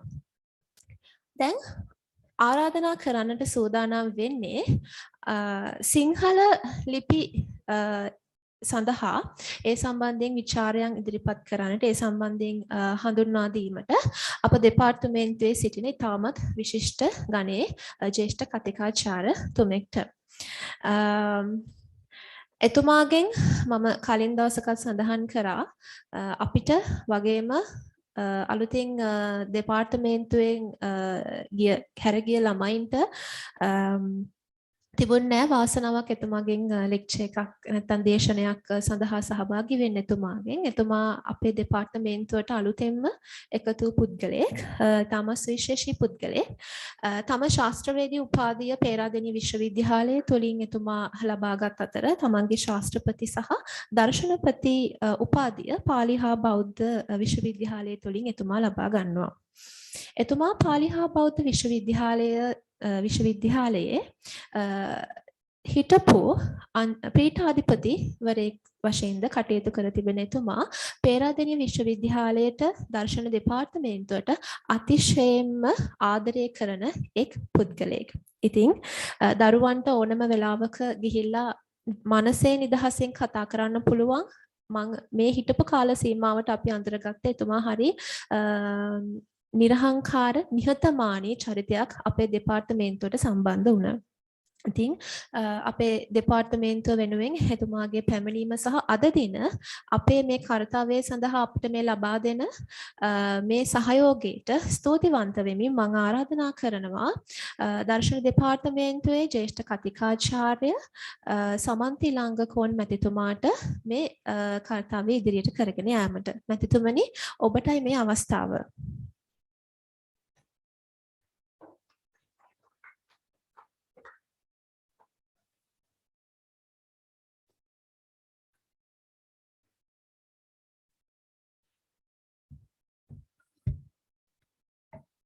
ආයුබෝවන් සියලු දෙනාටම ගරුතර මහා සංඝරත්නයන් අවසරයි. පේරාදෙණිය විශ්වවිද්‍යාලයේ ශාස්ත්‍ර පීඨයේ පීඨාධිපති ආචාර්ය ප්‍රභාත් ඒකනායක මැතිතුමනි, දර්ශන අධ්‍යයන අංශයේ අංශාධිපති මහාචාර්ය නාමලී කුමාරගේ හඳගම මැතිණියනි, ඒ වගේම දර්ශන අධ්‍යයන අංශයේ ආචාර්ය සමන් පුෂ්ප කුමාර, ජ්‍යෙෂ්ඨ කතිකාචාර්ය සුමේද මහත්මයා, ජ්‍යෙෂ්ඨ කතිකාචාර්ය මුපිසල් මැතිතුමා, ජ්‍යෙෂ්ඨ කතිකාචාර්ය ජයන්ත බෝගොඩ මැතිතුමා, ඒ වගේම පන්සිරු මහත්මයා, සේවන්දි මහත්මයා, අපේ කතිකාචාර්යවරු සහ අපේ සහකාර කතිකාචාර්ය මණ්ඩලයේ සියලු දෙනාගේම අවසරයි. ඒ වගේම මේ අවස්ථාවට සම්බන්ධ වෙන ආචාර්ය නෆීල් ඇතුළු වෙනත් අධ්‍යයන අංශවල ආචාර්යවරුන් සහ ආචාර්යවරියන් සිටිනම් ඒ සියලු දෙනාගේම අවසරයි. ඒ වගේම මාර්ගගතව සම්බන්ධ වන සියලු දෙනාගේම අවසරයි. නෝනාවරුනි, මහත්වරුනි, විශේෂයෙන්ම මාව හඳුන්වා දුන්නේ කවුද? ඉෂාරා. මට මේ සියලු දෙනාගේ නම් පැටලෙනවා ඇත්තටම. බොහොම ස්තුතියි මාව හඳුන්වා දීම සම්බන්ධයෙන්. මං හිතන්නේ එච්චර වර්ණනා කළ යුතු කෙනෙක් නෙවෙයි මං සම්බන්ධයෙන්. බොහොම ස්තුතියි. කෙසේ වෙතත් මම ඇත්තටම ගොඩක්ම සතුටු වෙනවා අද දිනේ ජ්‍යෙෂ්ඨ කතිකාචාර්ය බෝගොඩ මහත්මයා ඇතුළු ඒ සංස්කාරක මණ්ඩලය විසින් අද දිනේ මේ විද්‍යුත් ජර්නලය එළි දැක්වීමේ අවස්ථාවට සම්බන්ධ වීමට ලැබීමත්, ඒ වගේම එහි අන්තර්ගත සිංහල මාධ්‍යයෙන් රචිත ලිපි ලේඛන සම්බන්ධයෙන් යම් කිසි විචාරයක් ඉදිරිපත් කිරීමට අවස්ථාව ලැබීමත් සම්බන්ධයෙන්, ඒ වගේම ඒ සඳහා ආරාධනා කිරීම සම්බන්ධයෙන් ඒ සංවිධායක මණ්ඩලයේ සියලු දෙනාට ස්තුතිය පළ කරනවා. ඇත්තටම අපේ අංශාධිපතිතුමිය සඳහන් කළා වගේ මේ සිංහල මට සිංහල ලිපි 8ක් හම්බ වුණා. ඒ ලිපි 8 ගත්තාම මම හිතන්නේ සාමාන්‍ය පිටු වශයෙන් ගත්තොත් අපි සාමාන්‍යයෙන් පොතක් විදිහට ගත්තොත් පිටු 200කට ආසන්න බවක් තියෙනවා. නමුත් ඒ සියලුම ලිපි මං කියෙව්වා. එක ලිපියක් අද උදේ මං ඉල්ලා ගත්තේ මොකද ඒක වැරදීමකින් මට එවන්න බැරි වෙලා චෙක් කරලා බලනකොට ලිපි දෙකක් තිබුණා. මේක ලිපියක් දෙපාරක් මට එවලා තියෙනවා. ඊට පස්සේ ඒකත් ගත්තාම ඒක තමයි දිගම ලිපිය. ඉතින් ඒ නිසා ඒත් මං කියෙව්වේ අදහස ලබා ගන්න. මම උත්සාහ කරන්නේ නැහැ අද දිනේ ලොකු රිවිව් එකක් කරන්න. ඒ කියන්නේ මේ සම්බන්ධයෙන් ක්‍රිටිකලි රිවිව් එකක් කරන්න බලාපොරොත්තු වෙන්නේ නැහැ. නමුත් ඉදිරියේදී ඊළඟ ජර්නල් එකේදී අපට පුළුවන් ඕනනම් මේ සිංහල මාධ්‍ය ටික මට රිවිව් ආටිකල් එකක් විදිහටම රිවිව් කරලා දෙන්නට පුළුවන් කියලා. එතකොට ඒක අපිට පබ්ලිෂ් කරන්න පුළුවන්. නමුත් මම අද කැමති ඇත්තටම මේ සිංහල මාධ්‍යයෙන් රචනා කරලා තියෙන ලිපි ටික සම්බන්ධයෙන් යම් අදහසක් ඉදිරිපත් කරන්න. එක පැත්තකින් ඒ ලිපි ලේඛන ලියූ සියලු දෙනාටම ගෞරවයක් විදිහට, අනිත් එක තමයි ඒ සියලු දෙනා අපේ මේ ඊජර්නල් එක පෝස්ට් කිරීම සඳහා දැක්වූ දායකත්වය අගය කිරීමක් වශයෙන් මට ලැබුණු පළවෙනි ලිපිය ගත්තොත් දර්ශනය හා ආගම පිළිබඳ තුලනාත්මක අධ්‍යයනයක් කියලා මල්ෂානි හෙට්ටිආරච්චි මෙනවියද මහත්මියද දන්නේ නැහැ. එතුමිය විසින් රචනා කරපු ඒ ලිපිය මම ඇත්තටම එක පැත්තකින් මේ වාසනාවන්තයි. මොකද මේ ලිපි ලියපු අය ගොඩක් මම පෞද්ගලිකව දන්නේ නැහැ. සමහර විට මේ අපේ සහකාර කතිකාචාර්ය මණ්ඩලයත් ඉන්නවා ඇති. නමුත් ඒ ගැනත් මට එච්චර ලොකු අදහසක් නැහැ. ඒකත් මට වාසියකට හිටියා. මේ පළවෙනි ලිපිය ගත්තාම ඇත්තටම හොඳ ලිපියක්. හොඳ ලිපියක් කියන්නේ අපේ ඉගෙන ගන්න විද්‍යාර්ථීන්ට ගොඩක් වටින ලිපියක්. මොකද ඒකේ මම දැක්කා ආගම සහ දර්ශනය කියන විෂය දෙක සම්බන්ධයෙන් හොඳ හැඳින්වීමක් තියෙනවා. එතනදී පාවිච්චි කරලා තියෙන තුලනාත්මක අධ්‍යයනය කියන එක. නමුත් තුලනය වීමක් බොහෝ දුරට එතන මම දැක්කේ නැහැ. අවසානයේ සමාලෝචනයේදී දක්වලා තියෙනවා ආගම කියලා කියන්නේ ওই විශ්වාසය සම්බන්ධ එකක්, දර්ශනයේ තාර්කිකත්වයේ පැත්තට යන ඒ වගේ අදහසක් විතරක් අන්තිමේ දක්වලා තියෙනවා. නමුත් පොදුවේ ගත්තාම මම හිතනවා ආගම සහ දර්ශනය කියන විෂයන් දෙක සම්බන්ධයෙන් හොඳ හැඳින්වීමක් තියෙනවා. ඒ වගේම පරිශීලනය කරලා තියෙනවා හොඳ වැදගත් ග්‍රන්ථ ටිකක්. ඒ වගේම විවිධ ක්ෂේත්‍ර වලින් අරගෙන තියෙනවා. ඉතින් මම කැමති ඒක ඒවා ගැන මම විස්තර කරන්නේ. නමුත් එක පැත්තෙන් ගත්තොත් වාග් විද්‍යානුකූල ඔය ආගම කියන වචනේ අරගෙන පෙරදිග සහ නැත්නම් ඉංග්‍රීසි භාෂාවේ තියෙන වචනේ සහ අපි පාවිච්චි කරන වචන දෙකේ මුල නිරුක්ති අරගෙන සඳහන් කරලා තියෙනවා. ඒක ඉතා වැදගත්. ඒ වාග් විද්‍යානුකූලව සඳහන් කරලා තියෙන එක. අනිත් එක තමයි නිර්වචන. නිර්වචනාත්මකව ආගම මොකක්ද කියලා සඳහන් කරලා තියෙනවා. ඊට පස්සේ විවිධ විෂය ක්ෂේත්‍රයන්ගේ දෘෂ්ටි කෝණ වලින් ඓතිහාසිකව අරගෙන ආගම පරිණාමය වීම ගැන, ඊට පස්සේ මනෝවිද්‍යාත්මකව තියෙන නිර්වචන අරන් තියෙනවා, සමාජ විද්‍යාව, මානව විද්‍යාව, මේ වගේ විවිධ විෂයන්ගේ දෘෂ්ටි කෝණ වලින් ආගම කියලා කියන්නේ මොකක්ද කියලා නිර්වචනය කරලා තියෙනවා. ඒ හා සමානුපාතිකවම තමයි දර්ශනීය විෂයත් මම හිතන්නේ ඔය නිරුක්ති අරගෙන තියෙනවා, නිර්වචන අරගෙන තියෙනවා, දර්ශනීය ඉතිහාසය අරගෙන තියෙනවා, දර්ශනීය විෂය ක්ෂේත්‍රය අරගෙන තියෙනවා. ඒ විදිහට එක එක පැති වලින් අපිට යම් විෂයක් හඳුනා ගැනීමට අවස්ථාව ලැබෙන විදිහට හොඳ ලිපියක් විදිහට මම මේ ලිපිය අගය කරන්නට කැමති. අර කාරණේ හැර ඒ කියන්නේ තුලනාත්මක කියන එක ඇත්තටම වෙලා නැහැ. නමුත් ඒක කරන්න පසුබිම සපයලා තියෙනවා. ඉතින් මෙතනදී තව දක්වලා තියෙන එකක් තමයි මේ කෘත්‍යවාදී විදිහට ආගම හඳුන්වලා දීම. ඒකත් වැදගත් දෙයක්. දර්ශනයත් කෘත්‍යවාදීව බලන්න පුළුවන්. ෆන්ක්ෂන් එක මොකක්ද කියලා බලන්න පුළුවන්. ඒවා සම්බන්ධයෙන් කතා කරලා තියෙනවා. ඒ නිසා මම හිතන්නේ මේ විෂයන් දෙක, ඒ කියන්නේ දර්ශනය හා ආගම කියන්නේ වෙන් කරන්න බැරි විෂයන් දෙකක්. ඒ අතර අවියෝජනීය සම්බන්ධයක් තියෙනවා. ඉතින් අපි දන්නවා දැන් ආගම කියලා අපි කතා කරනවා දර්ශනීය විදිහටත් අපි සමහර විට හඳුන්වනවා. බුද්ධ ආගම කියනවා, ඒ වගේම බෞද්ධ දර්ශනය කියනවා. ක්‍රිස්තියානි ආගම ක්‍රිස්තියානි දර්ශන, ඉස්ලාම් ආගම ඉස්ලාම් දර්ශන. ඒ කියන්නේ ආගම තුලත් දාර්ශනික වශයෙන් අපට අගය කරන්න පුළුවන්, ඉගෙන ගන්න පුළුවන් දේවල් තියෙන බව අපි පිළි අරගෙන තියෙනවා. ඒ නිසා මේ දෙක අතර ලොකු සම්බන්ධයක් තියෙනවා. ඉතින් ඒවා සම්බන්ධයෙන් මෙහි මේ ලිපිය තුල කතා කරන. ඒ නිසා මාසානි හිටියාරච්චි තුමියට මං මෙතන ඉන්නවත් දන්නෙත් නැහැ. ඔන්ලයින් සම්බන්ධ වෙලත් ඇති. මං හිතන්නේ එතුමියට සුබ පතනවා. ඒ වගේම අර තුලනාත්මක ක්‍රමවේදය කියන එක මීට වඩා ඉදිරියට ගිහිල්ලා තව විස්තර කරා නම් මං හිතනවා ඒ මාතෘකාවට සාධාරණයක් ඉටු වෙයි කියලා. ඊට පස්සේ දෙවැනි ලිපිය මම කියවා බැලූ ලිපිය බෞද්ධ අධ්‍යාපන දර්ශනයේ විශේෂතා කියන මාතෘකාවෙන් ලියලා තියෙනවා සම්පත් ගමගේ මහත්මයා. එතුමා රජරට විශ්වවිද්‍යාලයේ කතිකාචාර්යවරයෙක් විදිහට කටයුතු කරන බව තමයි සඳහන් වෙලා තිබෙන්නේ. මං හිතන්නේ මේ ලිපියත් ඊටාම වැදගත් ලිපියක්. ඒ මොකද අපේ පීඨාධිපතිතුමා සඳහන් කරා මේ අධ්‍යාපන දර්ශනය තුළ බෞද්ධ දර්ශනයේ තියෙන අධ්‍යාපන චින්තනය කොච්චර සාකච්ඡා වෙනවද කියන.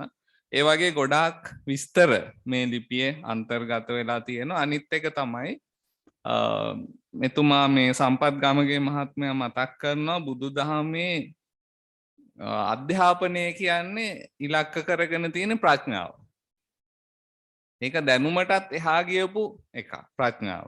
එතකොට මේ ප්‍රඥාව කියන ඉලක්කය සපුරා ගන්න යන මාර්ගයේදී නූතන අධ්‍යාපන දර්ශනයේ හමු වෙන ගොඩක් දේවල් එහි සඳහන් වෙනවා. ඔය දැනුම, ආකල්ප, කුසලතා, ප්‍රජානනය ඔය වගේ අපි ගොඩාක් දේවල් කතා කරනවා අපි අධ්‍යාපනයේදී ලබා දිය යුතු දේවල්. මම හිතන්නේ පීඨාධිපතිතුමා ගොඩාක් ඒ සම්බන්ධයෙන් කතා කරා. විශේෂයෙන් විශ්වවිද්‍යාල ශාස්ත්‍රවල සිටින විද්‍යාර්ථීන්ට පවා අපි මොන වගේ දැනුමක්ද ලබා දිය යුත්තේ, ඒ සම්බන්ධයෙන් ආචාර්යවරුන්ට මොන වගේ කාර්යභාරයක්ද පැවරිලා තියෙන්නේ කියන එක සම්බන්ධයෙන් මම හිතනවා ඔබතුමා මතක් කරපු ඒ චුල්ලපන්ත කතාවත් මේ ලිපියේ සඳහන් වෙලා තියෙනවා.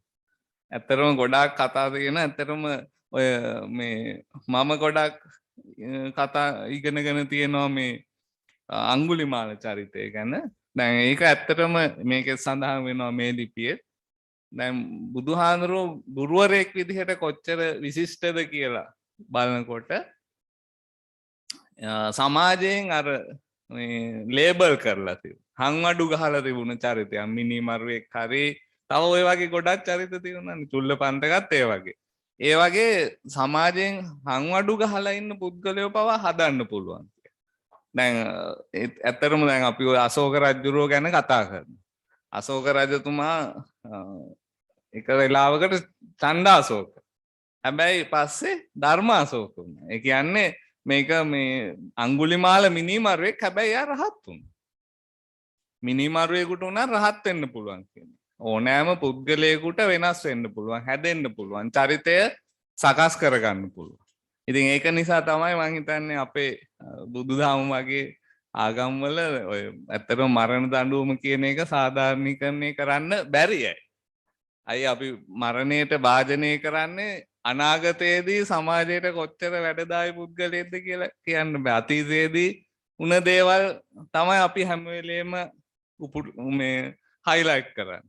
උලුප්පල දක්වන්නේ. නමුත් එහෙම නෙවෙයි. අතීතයේදී යම් යම් දේවල් මිනිස්සුන්ගෙන් වැරදි සිද්ධ වෙන්න බලපාන හේතු තියෙනවා. හැබැයි ඒ හේතු නැති කරොත් අපිට හොඳ පෞරුෂත්වයක් තියෙන පුද්ගලයෙක් ගොඩනගන්න පුළුවන්. ඉතින් ඒ වගේ කතා මේ ගොඩාක් මේ ලිපිය තුල තියෙනවා බුදුහාඳුරෝ කියන්නේ කොච්චර විශිෂ්ට අධ්‍යාපනඥයෙක්ද අධ්‍යාපන දාර්ශනිකයෙක්ද කියන එක මේකේ හොඳට සඳහන් කරලා තියෙනවා. එතනදී බුදුහාඳුරෝ කොහොමද ශිෂ්‍ය කේන්ද්‍රීය බව අගය කරේ කියන එක ගොඩක් කතා ආශ්‍රයෙන් සහ දේශනා ආශ්‍රයෙන් පැහැදිලි කරලා තියෙනවා. ඒ වගේම ගුරු භූමිකාව මොන වගේද කියන එක හොඳට නිර්වචනය කරලා තියෙනවා ගොඩාක් සූත්‍ර ආශ්‍රයෙන්. එතකොට අර ශිෂ්‍යෝ ගැන කතා කරනකොට අපි දැනුත් කතා කරන්නේ ඉගැන්වීමේදී ශිෂ්‍යයා හඳුනා ගැනීම. ඒ හඳුනා ගැනීමට ගොඩාක් උදව් වෙන දේවල් කියන්නේ මුල් සූත්‍රවල විතරක් නෙවෙයි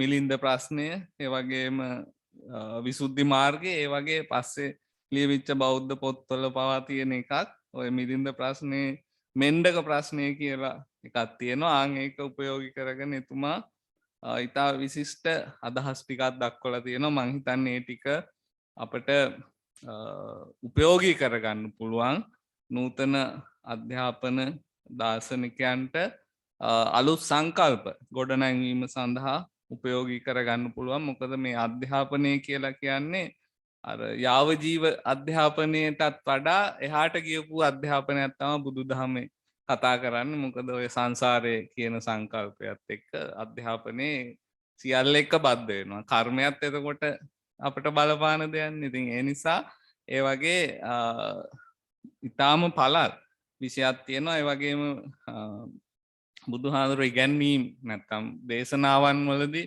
පාවිච්චි කරපු ක්‍රම ශිල්ප ඔය දෘශ්‍ය ආධාර භාවිතය, උපමා උපමේයන් භාවිතය, කතන්දර භාවිතා කිරීම ඒ වගේ ගොඩාක් දේවල් ගැන මේකේ කතා කරලා තියෙනවා. ඉතින් සම්පත් ගමගේ කතිකාචාර්යතුමා මේක ටිකක් දීර්ඝ ලිපියක්.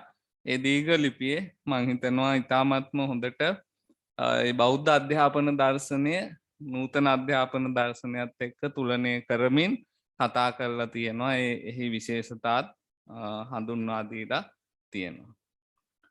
ඊට පස්සේ තුන්වෙනි ලිපියට මම ගියොත් ඒක ලියලා තියෙන UDR ශෙහාන් තිලකරත්න එතුමා විසින් ලියලා තියෙනවා චෝයුගේ බිහි වූ චීන දාර්ශනික මතවාද පිළිබඳ සංක්ෂිප්ත විග්‍රහයක් කියලා.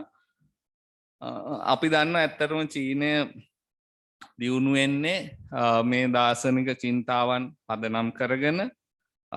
දැන් අපි කියනවා මේ චීනට ආගම් තුනේ රට කියලා. country of three religions කියනවා. ඒ කියන්නේ ඒ රටේ පහළ වූ ආගම් දෙක තමයි තාවෝ කොන්ෆියුසියස්. පිටින් ආපු ආගම තමයි බුදුදහම. එතකොට ඔය ආගම් තුනම දැන් අපි ඔය කතා කරනවානේ ආගමික සහජීවනයේ එහෙම. එතකොට ඔය ආගම් තුන කොහොමද එකිනෙකට අනුපූරක වෙමින් කම්ප්ලිමෙන්ටරි වෙමින් පැවතිය කියන්නේ. ඒ අතර ගැටුමක් තිබුණේ නැහැ. එක ආගමකින් ඉටු නොවන දෙයක් තව ආගමකින් ඉටු වුණ බවක් තමයි අපට පේන්නේ. ඉතින් ඒ ඔක්කොම පාවිච්චි කරගත්තා චීන වැසියෝ ඔවුන්ගේ සભ્યත්වය දියුණු කරන්න. මේ චෝ යුගය නැත්නම් චව් යුගය කියන යුගය ගැන විශාල විස්තරයක් මෙතුමා සඳහන් කරනවා මෙතන. මේක වැදගත්. මොකද මේ දාර්ශනික චින්තාවන් බිහි වුණේ ඉබේ නෙවෙයි ආකස්මිකව නෙවෙයි. ඒකට බලපාපු හේතු තිබුණා. එතකොට මේ දේශපාලන ආර්ථික සංස්කෘතිකමය වශයෙන් පැවති දේවල් කොහොමද මේ කොන්ෆියුසියස් තාවෝ වගේ චින්තන බිහිවීමට උදව් වුණේ කියන. ඒ චින්තන දෙක තමයි ඇත්තටම ප්‍රධාන වෙන්නේ චීනයේ බිහි වුණ. මෙතුමා ඒකෙදි කතා කරනවා ඊට අමතරව නීතිවාදී දර්ශන, ස්වභාවික දර්ශනය වගේ ඒ තාවෝ කොන්ෆියුසියස් දහම් පදනම් කරගෙන බිහි වුණ ආගම් සම්බන්ධය. එතකොට මේ චෝ පාලන යුගයේ අවුරුදු 800ක් විතර තිබුණා. ඒ කාලය තුල ඇත්තටම කොහොමද මේ චින්තාව දියුණුනේ කියලා. බහුදේවවාදය තිබුණා, ඒක දේවවාදය තිබුණා. ඒකින් පස්සේ කොන්ෆියුසියස් ලෞකික ජීවිතය සම්බන්ධයෙන් මිනිසුන්ට අවශ්‍ය කරන දර්ශනයක් ගොඩනැගුවා. තාවෝ ඊට ඒකේ අනුපූරක වශයෙන් කොන්ෆියුසියස් නොකරපු දේ තමයි ආධ්‍යාත්මික පැත්ත. ඒ පැත්ත ගොඩ නැගුව තාව දර්ශනය. ඉතින් ඔය සියල්ලම එකතු වෙලා තමයි චීන අයගේ සදාචාර දර්ශනය බිහිවෙන්නේ. ඒ අයගේ නීතිවාදය නීතිය පිළිබඳ බිහිවෙන්නේ. ඒ වගේ මේ අයගේ දැන් මෝහවාදයේ ගොඩ නැගෙනකොට ඔය විශ්වීය ප්‍රේමය පිළිබඳ සංකල්පය ඒ වගේම ප්‍රචණ්ඩත්වයෙන් තොරවීම අවිහිංසාව වගේ සංකල්ප ගොඩනංවල තියෙනවා. මේ ඔක්කොම අරගෙන බලපුවම අපට පේනවා අර දාර්ශනික චින්තාවකින් කරන මිනිස්සුන්ගේ ආචාරාත්මක හැදියාව තමයි ප්‍රධාන වශයෙන් මොවුන් අවධානය යොමු කරලා තියෙන්නේ. එතකොට ඒ පිටුපස තමයි ඔවුන්ගේ ආර්ථික දියුණුව රඳා පැවතිලා. අද වුණත් චීනේ මේ ආගම් තුන මේ දර්ශන තුනම සාකච්ඡාවට භාජනය වෙනවා. බුදුදහම ගත්තොත් මහායාන චින්තනය තියෙන්නේ. ඒවා ඔවුන්ගේ ආධ්‍යාත්මික සහ භෞතික දියුණුවට එක ලෙස දායක වෙලා තියෙනවා. ඉතින් ඒ සම්බන්ධයෙන් මේ ලිපියේ සඳහන් කරලා තියෙනවා UDR සෙහන්තිලක රත්න මහත්මයා චෝයුගේ බිහි වූ චීන දාර්ශනික මතවාද පිළිබඳ සංක්ෂිප්ත විග්‍රහය. ඔය කෙටි විග්‍රහයක්. නමුත් මම හිතනවා අපේ විද්‍යාර්ථීන්ට ඉතාමත්ම වැදගත් ලිපියක් විදිහට.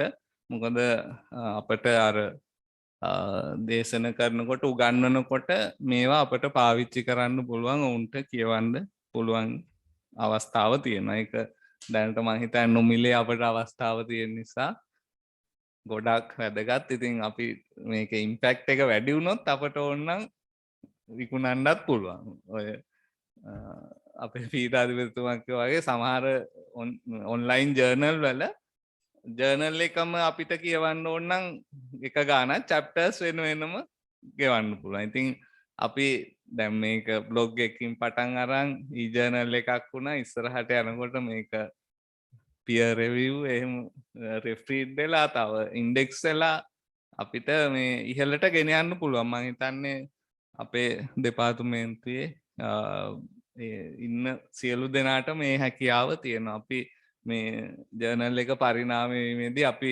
ඉදිරියේදී බලාපොරොත්තු වෙමු ඒ වගේ අවස්ථාවලට මේ ජර්නල් එක ළඟා වෙයි කියලා.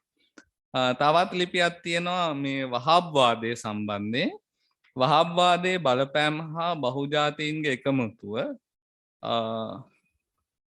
විනුක විධාන පතිරණ කියන මහත්මයා විසින් තමයි ලියලා තියෙන්නේ. එතුමා ඉන්නවද මෙතන?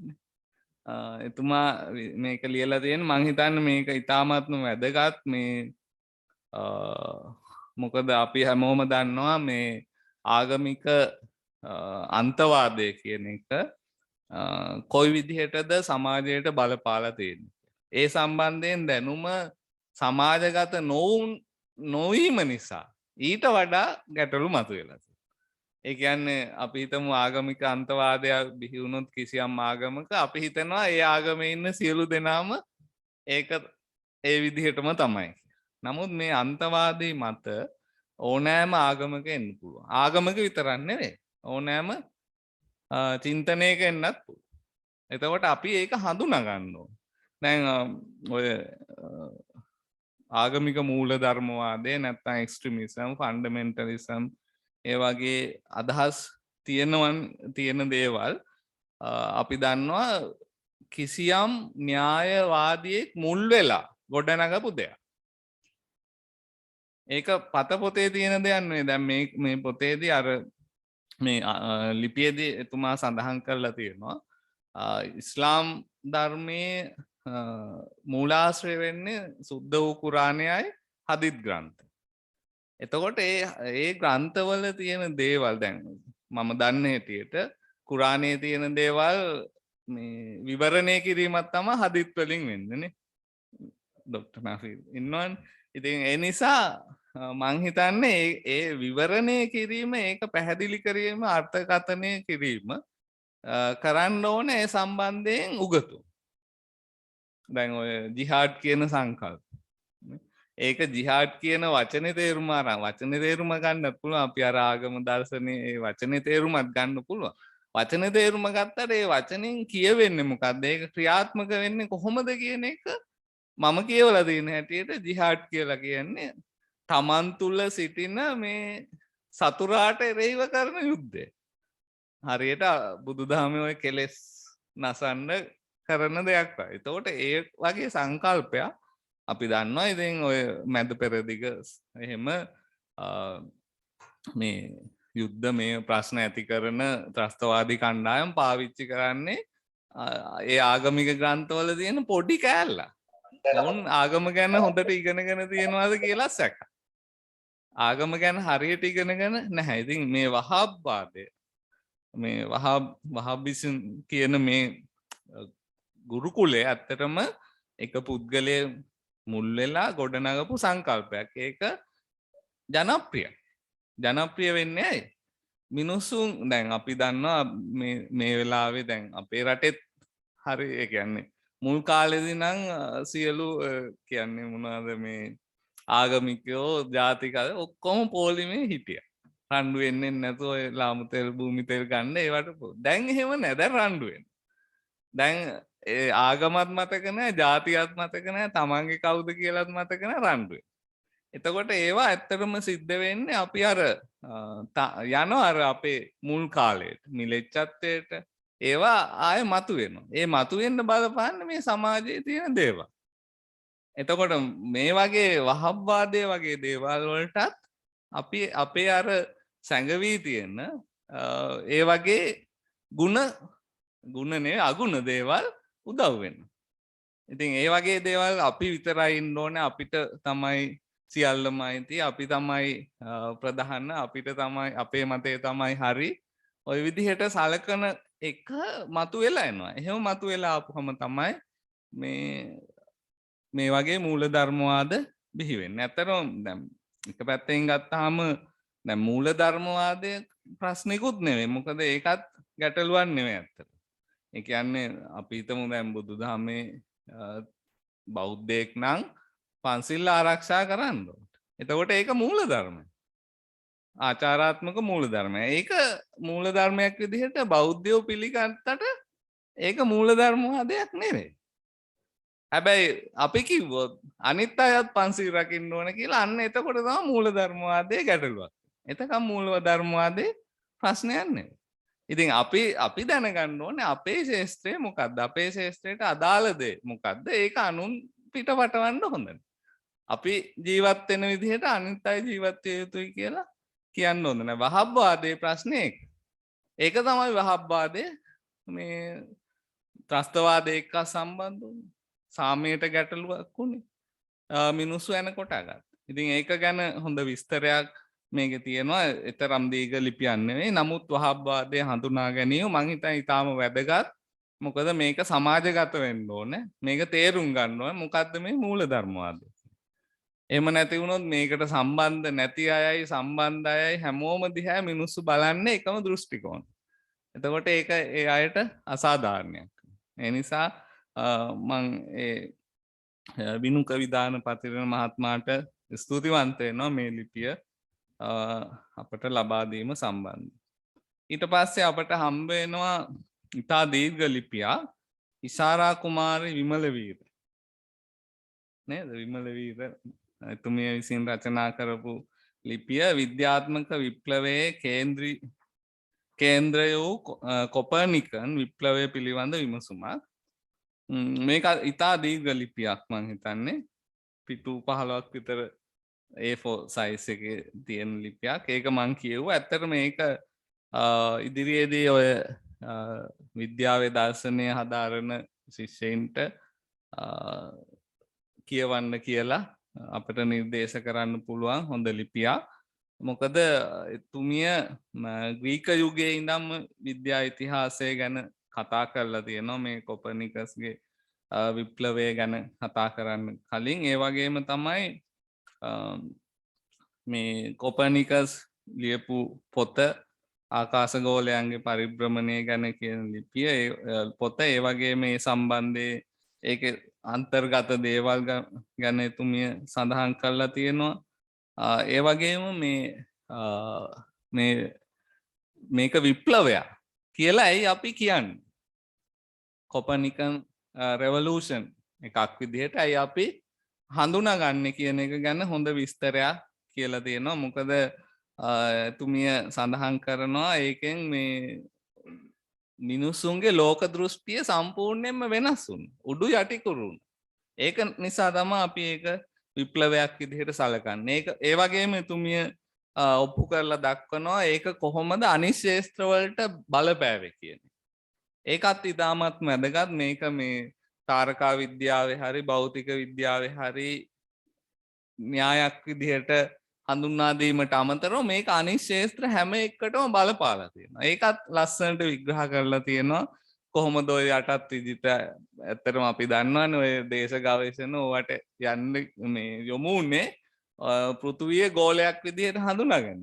ඉතින් ඒවා ගැන එතුමිය විස්තර කරලා තියෙනවා. ඒ වගේම ගැලීලියෝ නිව්ටන් ඩේකාර්ට්ස් ඒ කට්ටියට මේක බලපාපු හැටි ඒ කියන්නේ දර්ශනය විද්‍යාව සහ ආගමට කොහොමද බලපෑවේ ආගමික සංකල්ප කොහොමද වෙනස් වුනේ කියන්නේ ප්‍රතිසංස්කරණ ඇති වුනේ ඒවා සම්බන්ධයෙන් විස්තර ගොඩාක් එතුමිය ඉදිරිපත් කරනවා. ඒ වගේ මේ විද්‍යාවේ දියුණුව නිසා නිර්මාණය කරපු බොහෝ මෙවලා සම්බන්ධයෙන් සාකච්ඡා කරනවා මේ ලිපියේ.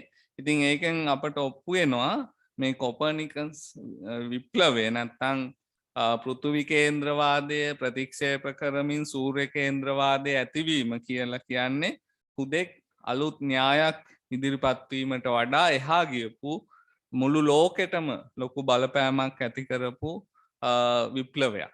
ඒක නිසා තමයි ඒක අපි විප්ලවය කියලා හඳුනාගන්නේ. ඉතින් මේකේ ගොඩාක් ලෝක විද්‍යාවේ දියුණුවට ලෝකයේ වෙනස් සමාජයේ වෙනස් වීම ඇතිවීමට ආගමේ වෙනස් වීම ඇතිවීමට ගොඩාක් බලපාපු දේවල්. ඊට පස්සේ ධනවාදය ඇතිවීම වෙළඳාම දියුණුවීම ඔය වගේ හැම ශාස්ත්‍රයක් ගැනම මෙතුමිය කතා කරලා තියෙනවා. ඉතින් මම හිතා මේකත් ඉතා දීර්ඝ ලිපියක්. ඉතා හොඳ ලිපියක් විදිහට අපට අගය කරන්න පුළුවන්. විද්‍යාත්මක විප්ලවයේ කේන්ද්‍රය වූ කොපර්නිකන් විප්ලවය පිළිබඳ විමසුමක් ඉෂාරා කුමාරි විමලවීර එතුමියට මම සුබ පතනවා මේ ලිපිය අපට සම්පාදනය කිරීම සම්බන්ධයෙන්. ඊට පස්සේ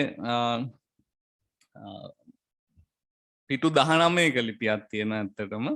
ඒක ග්‍රීක පරමාණුවාදයේ අන්තර්ගත සත්භාවවේදී ඉගැන්වීම් පිළිබඳ දාර්ශනික අධ්‍යයනයක් කියලා EMSP රත්නායක විසින් ලියන ලද ලිපියක්. මේක ඉතාම දීර්ඝ ලිපියක්.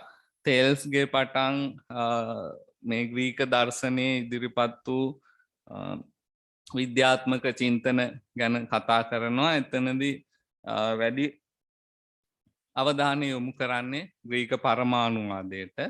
ඒ ග්‍රීක පරමාණුවාදයේ ඔය පරමාණුවේ පැවැත්ම සම්බන්ධයෙන් තමයි ප්‍රධාන අවධානය යොමු වෙන්නේ.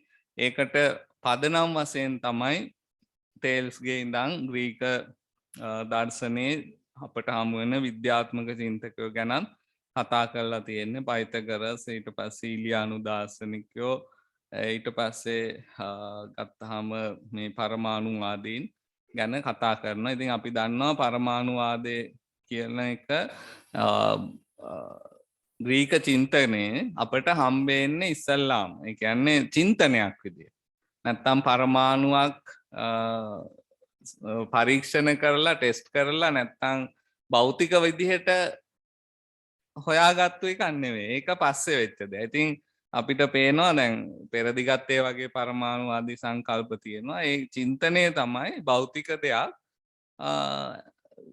විශ්ලේෂණය කරන් ගියපුවම අවසානයේ ඉතිරි වෙන දේ සත්භාවී දේ. ඒක තමයි ඇටම් එක. පරමාණුවක් විදිහට ග්‍රීක චින්තකයෝ දැක්කේ. ඒතකොට ලියුකිපස්, ඩිමොක්‍රිටස්, එම්පිඩොක්ලිස් හා එපිකියුරියානුවාදීන් තමයි මේ පරමාණුවාදී චින්තනය ඉදිරිපත් කරේ. ඉතින් ඒක අපි දන්නවා පස්සේ පුනරුදෙන් පස්සේ විද්‍යාවේ පරමාණුවාදය සහ භෞතික විද්‍යාවේ ගොඩාක් ශාස්ත්‍ර දියුණු වෙන්න චින්තනමය වශයෙන් හේතු වෙලා තියෙනවා. එතකොට මේ අපිට මේක හොඳ උදාහරණයක්. විද්‍යාත්මකව යමක් ඔප්පු කරලා ටෙස්ට් කරලා සම්පරීක්ෂණ කරලා දක්වන්නට කලින් මේක මේ මූල බීජයක් වශයෙන් චින්තනය තුල තමයි ඇති වෙන්නේ. මනස තුල තමයි ඇති වෙන්නේ. එතකොට පරමාණු පිළිබඳ සංකල්පයක් ඒ වගේ මනස තුල ඇති වුණ දෙයක්. ඉතින් කාල වේලාව යන නිසා මම වැඩි විස්තර කියන්නේ නැහැ. නමුත් මෙයත් ඉතා හොඳ කරුණු වලින් පෝෂිත මේ ග්‍රීක පරමාණුවාදයේ සම්බන්ධයෙන් පෝෂිත ලිපියක් විදිහට හඳුනා ගන්න පුළුවන්. ඊට පස්සේ තව ලිපියක් තියෙනවා තිබ්බත මලපොත පිළිබඳ දාර්ශනික විග්‍රහයක් සලිනී ප්‍රියදර්ශනී. ඇත්තටම මේ බාඩෝ තොදොල් කියන මේ ග්‍රන්ථය ටිබෙටියන් බුක් ඔෆ් ද ඩෙඩ් කියන පොත මම හිතනවා ඊටාම වැදගත් පොතක්. අපේ දර්ශන අධ්‍යයනාංශයේ ඒක උගන්වනවා මම හිතන්නේ. සම්බන්ධයෙන් හොඳ විග්‍රහයක් සලිනී ප්‍රියදර්ශනී සිදු කරලා තියෙනවා. ඉතින් ඒක හොඳ විග්‍රහයක්. ඒ වගේම ඒ තුල තියෙනවා පුද්ගලයෙක් මරණයෙන් පස්සේ නැවත උපත ලබන අවස්ථාව දක්වා ඔය දැන් අපි කියන අන්තරාභවය කියලා. දැන් තේරවාදය අනුව ඒක පිළිගන්නේ නැහැ. නමුත් තේරවාදයේ තියෙන ඔය තේරවාදී අභිධර්මයේ තියෙනවා භවංගසිත. ඒකෙම විකාශයක් වෙන්න පුළුවන් මේක. හැබැයි මේකේ විශේෂත්වය තමයි ඒ මරණයට පත්වීමේ ඉඳන් නැවත උපත දක්වා ඒ කාල සීමාව පියවරෙන් පියවර විස්තර කර. එතකොට අපි සාමාන්‍ය මරණය දකින්නේ අසුභවාදී දෙයක් විදිහට. හැබැයි තිබ්බත මලපොත හැටියට මරණය කියන්නේ ඊටාම සුභවාදී දෙයක්. ස්වර්ණමය අවස්ථාවක් ඇත්තට. ඒ කියන්නේ අපි ජීවත් වෙන කාලේ අපිට නිවන් අවබෝධ කරගන්න බැරි වුණා නම් අපිට මරණයෙන් පස්සෙත් අවස්ථාවක් තියෙනවා. ඊළඟ උපතට කලින් අපිට ඒ නැවත උපත නවත්තන්න පුළුවන්. ඒ සඳහා ලැබෙන ස්වර්ණමය අවස්ථාවක් විදිහට තමයි විග්‍රහ කරන්නේ. ඇත්තටම ඕක තේරවාදයේ තුලක් තියෙනවා. ඒ කියන්නේ මරණය කියලා කියන්නේ මේ එක පැත්තකින් ගත්තාම ජීවිතයේ අවසානයක් නෙමෙයි. මරණයෙන් පස්සේ ආය උපතක් තියෙනවනේ. ඒ නිසා මරණය කියලා කියන්නේ පොඩි විවේකයක් ලබන අවස්ථාවක් වගේ. නමුත් මරණය දුකක් විදිහට තමයි තේරවාදයේ තියෙන්නේ. ඒ කියන්නේ මේ සාන්දෘෂ්ටික ගැටලුවක් විදිහට තමයි තේරවාදයේ විග්‍රහ කරලා තියෙන්නේ. නමුත් ඔය අන්තරාභවයේ සම්බන්ධයෙන් යම් ගැටලු තියෙනවා. නමුත් මරණය දිහා අපි බලන දෘෂ්ටි කෝණය වෙනස් වෙන්න ඕන. මොකද අපි දන්නවා මරණය කියලා කියන්නේ එක්ස්පීරියන්ස් එකක් නෙවෙයි කියලා. ඒ කියන්නේ අනුභූතියක් නෙවෙයි. මරණය අනුභූතියක් නෙවෙයි. මොකද මරුණායින් පස්සේ ඒක අනුභූතියට ලක් කරන්න එයා ජීවත් වෙන්නේ නැහැ කියලා. හැබැයි තිබ්බත මලපොත හැටියට මරණය කියන්නේ අනුභූතිය. මරණයෙන් පස්සේ නැවත උපතට කලින් අපට විවිධ දේවල් අනුභූතිමත් වෙනවා. ඒවා හොඳ දේවල් වෙන්න පුළුවන්, නරක දේවල් වෙන්න පුළුවන්. හැබැයි ඒවා ඔක්කොම මනසෙන් කරන දේවල්. ඇයි මනසට ඒක එන්නේ? කර්මය අනුව. අපි හොඳ දේ අපි හිතමු දිව්‍ය ලෝකයක් ප්‍රත්‍යක්ෂ වෙනවා නම් ඒ වගේ දෙයක් වෙනවා නම් අපි හොඳ කර්ම කරපු නිසා. අපාය පේනවා නම් නරක කර්ම කරපු නිසා. නමුත් ඒ අවස්ථාවේ පවා අපට උදව් වෙනවා මේ මරණය නිවනට යන්න. ඒ කියන්නේ අර දැන් මම අර අඟුලිමාල කතාව කිව්වේ ඒ වගේ මරුණයින් පස්සේ වුණත් අපට අවස්ථාව තියෙනවා ඕන කෙනෙකුට නැවත උපදින්න කලින් මේ නිවන් අවබෝධ කරගන්න. ඉතින් ඒක මේ තිබ්බතේ කියන්නේ මේ මහායානික රටක්. ඒ මහායානික චින්තනයේ එක එන දේවල්. හැබැයි මේ මලපොත හා සම්බන්ධ මේ අවමංගල්‍ය චාරිත්‍රය ඒවා සම්බන්ධයෙන් ගත්තහම අපේ එක්කත් සම්බන්ධතා තියෙන බව පේනවා. ওই වගේ පොතක් මේ ඊජිප්තුවෙත් තියෙනවා. ඊජිප්තුවෙත් ඔය හා සමාන පොතක් තියෙනවා. මම හිතන්නේ ඒවා අපි අධ්‍යයනය කරොත් ඒවා අතර යම් සම්බන්ධතා තියෙනවද කියලා බලන්නත් පුළුවන්. ඉතින් සලිනී ප්‍රියදර්ශනී විසින් රචනා කරපු මේ ආටිකල් එකත් මම හිතන්නේ අපේ අධ්‍යයනය කරන විද්‍යාර්ථීන්ට වැදගත් වෙනවා. 8 වෙනි ආටිකල් එක ඇත්තටම මම අවසානයේ කතා කරන්න ගත්තේ මේ නොසලකා හැරලා නෙවෙයි අපේ අධ්‍යයනාංශ අංශාධිපතිතුමිය මහාචාර්ය නාමලි කුමාරි හඳගම මහත්මියගේ ලිපිය සමකාලීන සදාචාර දර්ශනය සහ ජී.ඊ. මුවගේ පිවිසුම කියන මාතෘකාව යටතේ ලියලා තියෙන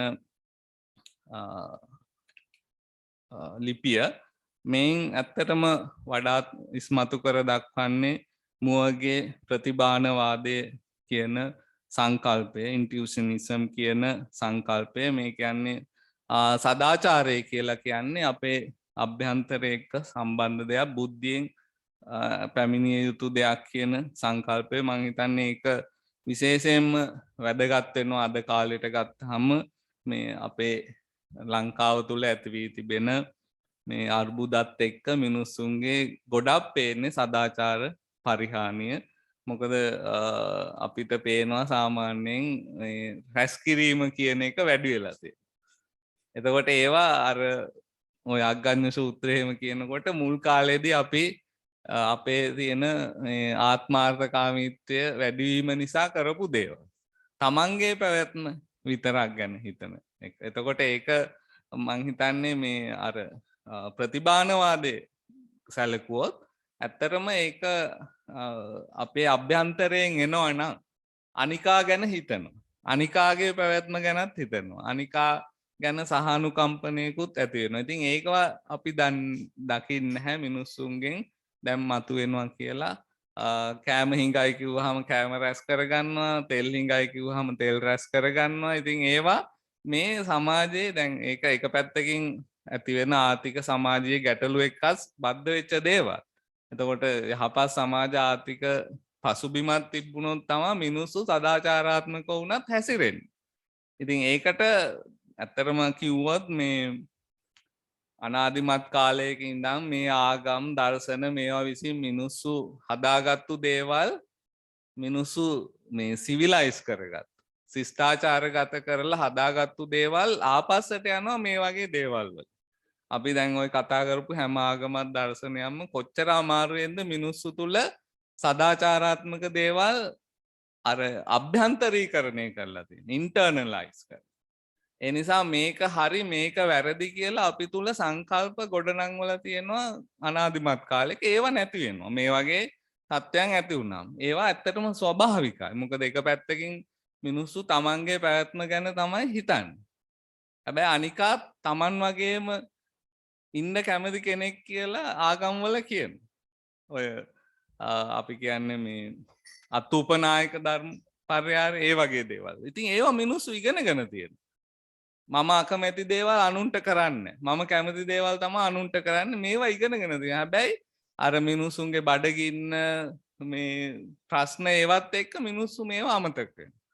ඉතින් ඒ නිසා මේවා අපි මේ සભ્યත්වයන් අනාදිමත් කාලයක ඉඳලා ගොඩනගාගත්තු දේවල් ඒවා ආපස්සට යනවා මේ වගේ තත්ත්වයන් ඇති වෙනකොට. එතකොට සදාචාර දර්ශනයේදී අපි කතා කරන මේ ගැටලු සම්බන්ධයෙන් මහාචාර්ය නාමලි කුමාරි හඳගම මහත්මිය මුවගේ ප්‍රතිභානවාදයේ පදනම් කරගෙන සාකච්ඡා කරලා තියෙනවා. මෙයත් අපිට අපේ අධ්‍යයනයන් සඳහා පාවිච්චි කරන්න පුළුවන් හොඳ ලිපියක් විදිහට මම අගය කරන්නට කැමතියි. ওই ලිපි ටික තමයි ඇත්තටම මට ලබා දුන්නේ මගේ ශක්ති ප්‍රමාණයෙන් මම මේ ලිපි කියවලා බලලා ඒ සම්බන්ධයෙන් මගේ අදහස් ඉදිරිපත් කළා.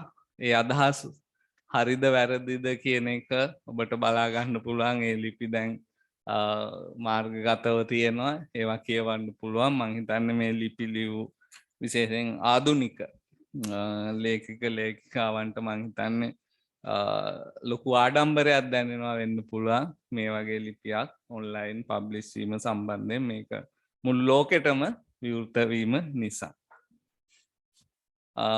මං හිතනවා ඔය ටික තමයි මට කතා කරන්න තියෙන්නේ. මං බොහොමත්ම ස්තුතිවන්ත වෙනවා අද දින මේ සඳහා ආරාධනා කිරීම සම්බන්ධව. බොහොම ස්තුතියි.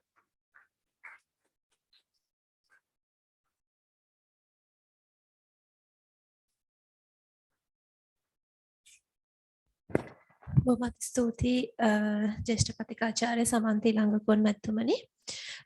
මීළඟට මා ආරාධනා කරන්නේ අපේ දෙපාර්තමේන්තුවේ සිටින එක්තරා සුවිශේෂී වැදගත් ආචාර්ය ජ්‍යෙෂ්ඨ කතිකාචාර්යතුමෙක්ට.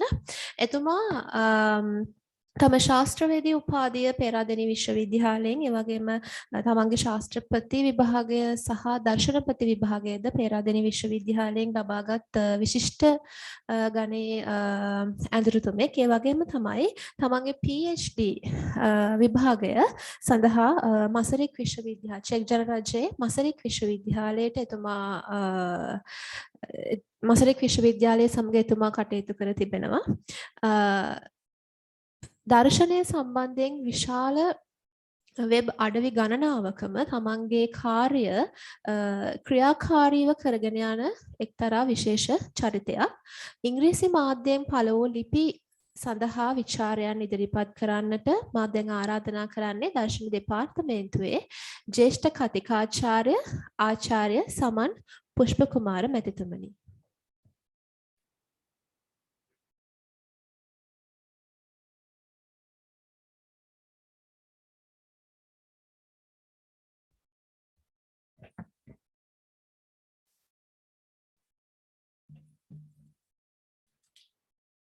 Reverend Sirs, Dean, Faculty of Arts, unfortunately he left, and Head Philosophy Department, and senior lecturers of our department and my colleagues of other department and our friend, and the other assistant lecturers, and the people who join in with us in online days.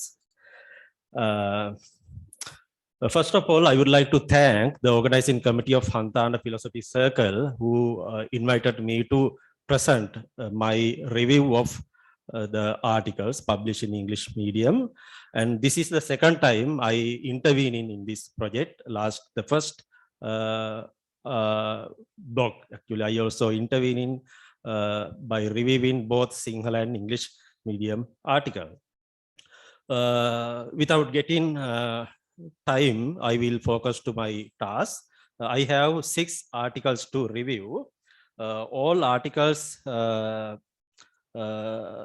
not all, but some articles related with continental philosophy. One article is related with Buddhism. My first the article I am going to review is Existentialist Sartre as a Marxist by MGDL Meghakottuwa. The Meghakottuwa was a former assistant lecturer in our department. This theme belongs to continental philosophy. The author begins her article with defining existentialism. I think as a philosophy student, you all know the theme and area of existentialism. It belongs to philosophical category in European philosophy. And the author emphasized the main motto of existentialism. Motto means the basic argument, that is existence precedes essence. Right? The Meghakottuwa shows how Sartre simultaneously, Sartre means, you know the name, Jean-Paul Sartre, that French philosopher. The Meghakottuwa shows how Sartre simultaneously becomes existentialist and Marxist. When the author formulates her argument, she gives a brief introduction to Marxism, and then she moves to Sartre and his version of Marxism. Author describes how Sartre focused to human reality, human consciousness, and freedom. They are the basic theme of his existentialism. When Sartre combines existentialism and Marxism, she considers individual freedom and the forces of history. In his philosophical project, Sartre, in his philosophical project, he synthesizes Hegel, Marx, and Heidegger. Heidegger was his teacher. I will come to the Heidegger because there is a separate article on Heidegger. Hegel, Marx, and Heidegger. The author mentions about Sartre's later work, Critique of Dialectical Reason, which developed existentialist Marxism. Now we can understand the version of Sartre's Marxism is existentialist Marxism because he combined these two areas. This work, the work developed by dialectical reason, the further development of search for method. It is another book by same author. Finally, the author focused to Sartre's other work, existentialism and humanism. The author put this name, but I think she wrongly put this name. The name should be corrected as existentialism is a humanism. This work says there is nothing to dictate his character. Only individual can define their essence. Individual can define their essence. That is the basic theme of that essay. Man first of all exists, encounters himself and defines himself afterwards, while Marxism is based on social rules. This is the main demarcation line between his idea of Marxism and classical Marxism. The Marxism is based on social rules and consciousness as superstructural category. However, Sartre mainly relies on an individual. That is the main difference. While Sartre focused to individual, the classical Marxists like Marx, Engels, Lenin, they focus to social groups. I think this article will be further success if the author discussed briefly, at least briefly, about Heidegger's response to Sartre, because Heidegger was anti-Marxist and there was a big debate between Heidegger and Sartre. Both wrote the same type of work. Heidegger, his magnum opus is Being and Time. Sartre's magnum opus is Being and Nothingness. There is a debate between these two people and they debate on humanism. The debate between Heidegger and Sartre is very essential. If the author incorporated with this section, she could further develop her argument. And especially Sartre, actually he was not a mere Marxist. He was a playwright, he was a novelist and political activist. He personally met Che Guevara, and his version of Marxism was seriously attacked by Louis Althusser by his Althusserian structural Marxism. But I think this section is not covered in her article. If she further develop her argument, I think these facts are very important. Now I will move to the second article. The theme of that article is knowledge acquisition in higher education, human brain, language, and argumentation in Eastern and Western philosophical traditions. The long title. This article was written by S.S. Heva Vasam. She is the permanent lecturer in our department, Sevandi. And the author basically addressed an epistemological issue. The knowledge acquisition is epistemological issue. I remember when I teach cognitive psychology, we have one theme that is acquisition of language, right? When I teach this theme, I talked about Jean Piaget, Noam Chomsky, B.F. Skinner, Vygotsky. They are the main characters of language acquisition. However, in this article, the author focused to knowledge acquisition. It is a new form of area, and but here the author's research object is knowledge acquisition with reference to human brain. It is the physical thing, human brain, language, human brain and language. And she further focused to Eastern and Western philosophy. The philosophical insight we can gain to develop the knowledge acquisition. And now we can move to the key argument of the article. As he described, the process of shaping knowledge is not merely dependent on culture and social influences, but it can be derived methodologically, ontologically, and cognitively. These are her main argument. Hence, the argumentative mind, language, and brain of an individual are significantly contributed to knowledge acquisition.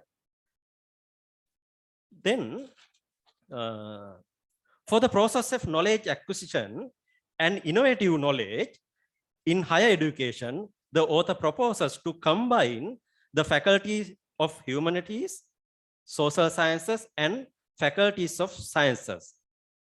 This is a very good argument. I came to know, I think 30, 40 years back, some professors from science department, science faculty, they came to our AT and they gave some lectures on science for art students. The professors like Osman Jayaratna, he is a physicist, and he popularized science among art students. In addition to that, I think you remember Professor Carlo Fonseca and Nandadasa Kodagoda. They popularized scientific concepts among Sinhala, especially art students. And I think this author focused to this type of area and how we combine and why we combine other faculties to create for acquisition of knowledge. And philosophy in this project, philosophy is very important. Philosophy can play a mediating role because the philosophy is the first subject in historical development. There are no other faculties in the Greek time, only philosophy, right? And philosophy as a subject support to synchronizing these faculties by using language, brain, and argumentative mind.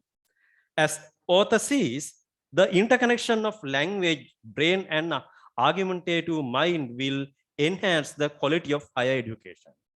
Finally, the author proposes to gain insight from Eastern philosophies and Western philosophies to develop argumentative mind and human reasoning.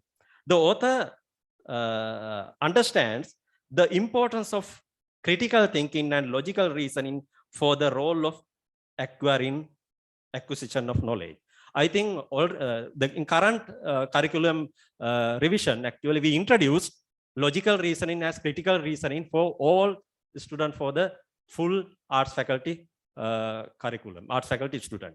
I think that may be the basic motivation for her to write this type of essay. Now I will move to the next article, Martin Heidegger and Philosophical Narcissism, but unfortunately, this is my own article. I can't review my own article, but it is unethical. However, I will describe the background to this article. Right? That's only. I am not appreciating my article. Yes, this is very historical incident behind this article. I will discuss the background to this topic. In 2009, 10, 11, 12, and 13, I wrote 6 articles by exposing Heidegger's Nazi connection. Actually, the theme of that article was, I think our friend Sumedh is here. My original title of the early articles was Nalinge Jativade Saha Heideggerge Nasivadaya. The Nalin means Professor Nalin de Silva. And the thing was, actually, he is a brilliant mathematician in Sri Lanka. And he was early Trotskyist and Marxist.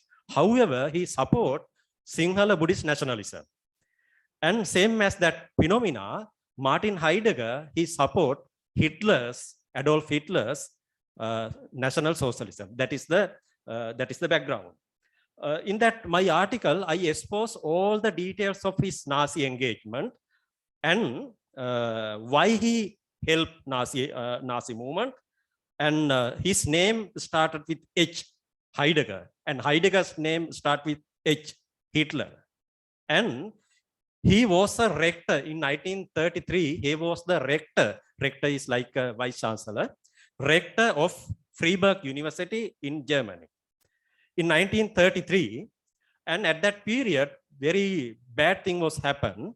His teacher was Edmund Husserl, and he was Jewish person, but Heidegger act against this Jewish professor, and at the time of his rectorship, the Husserl's name was erased from the faculty name list, and some people in Freiburg University who helped Nazi movement, they try to burn all of the Edmund Husserl's book. But fortunately, one Christian priest, he was able to get all the books, and he transport these books into Netherlands. Now there is archives in Netherlands. The thing is actually why Heidegger helped the Nazi movement, right? At that period, at that time in 2000, when I wrote this article, actually, though I described the further details of this Nazi engagement, I couldn't have any substantial proof from Heidegger's side, because some people asked about Heidegger's involvement. Personally, he did not say any word about his early Nazi engagement. He covered up all the things. He kept silence. But however, very interesting thing happened in 2014. There were book series, what we called Black Notebooks. It is 34 volume. One is missing. It is why we use Black Notebooks, because the original work has a back cover. In this, in 2014, this series released. This like a diary. In this diary, he revealed how he think about Hitler and his personal engagement, his personal interest of Hitler. All the things released, right? That after that, there was another, actually, there are some correspondence between Heidegger and his family members at that period. His brother, after publication of the Black Notebook, his brother released some letter sent by Heidegger to him. In these letters, he exposed how Heidegger influenced his brother to read Hitler's work, Mein Kampf. And he asked, did you read that book? Did you read that book? Very excellent book. Like this he revealed all the things. That is my main motivation for writing this article. Actually, I wrote this article in 2016, this article. And I wrote this article for other purpose, but I published this article for first time in this blog. This is Heidegger's personal and philosophical engagement with Narcissism. He's a real Narcissist philosopher, and his philosophy is, there are so many Nazi element in his philosophy. However, he is the brilliant philosopher in the 20th century. Without Heidegger, there is no 20th century continental philosophy. This I try to expose all the things. You can read my article in this blog. Now I will move to the fourth article. The title of the article, The Concept of Political Man in the Prince, The Enigma of Machiavelli, by NMPM Karunatilaka. She is Buddhini Karunatilaka, our assistant lecturer.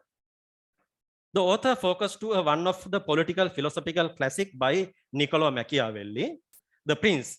At the beginning, the author describes the importance of Machiavelli and the Prince for political philosophy, and secondly, the author points to how the power detached from morality. She summarized the main questions addressed in the Prince. the author was able to cite the most important places of Prince. Prince is it is not big book, very small book, but this is perennial philosophical text. Still, it is valued. And the author tried to summarize all the arguments elaborated in this book. As she puts, the prince should have three main objectives: gaining, retaining, and spreading the power. Power is the object of this work. And however, the prince should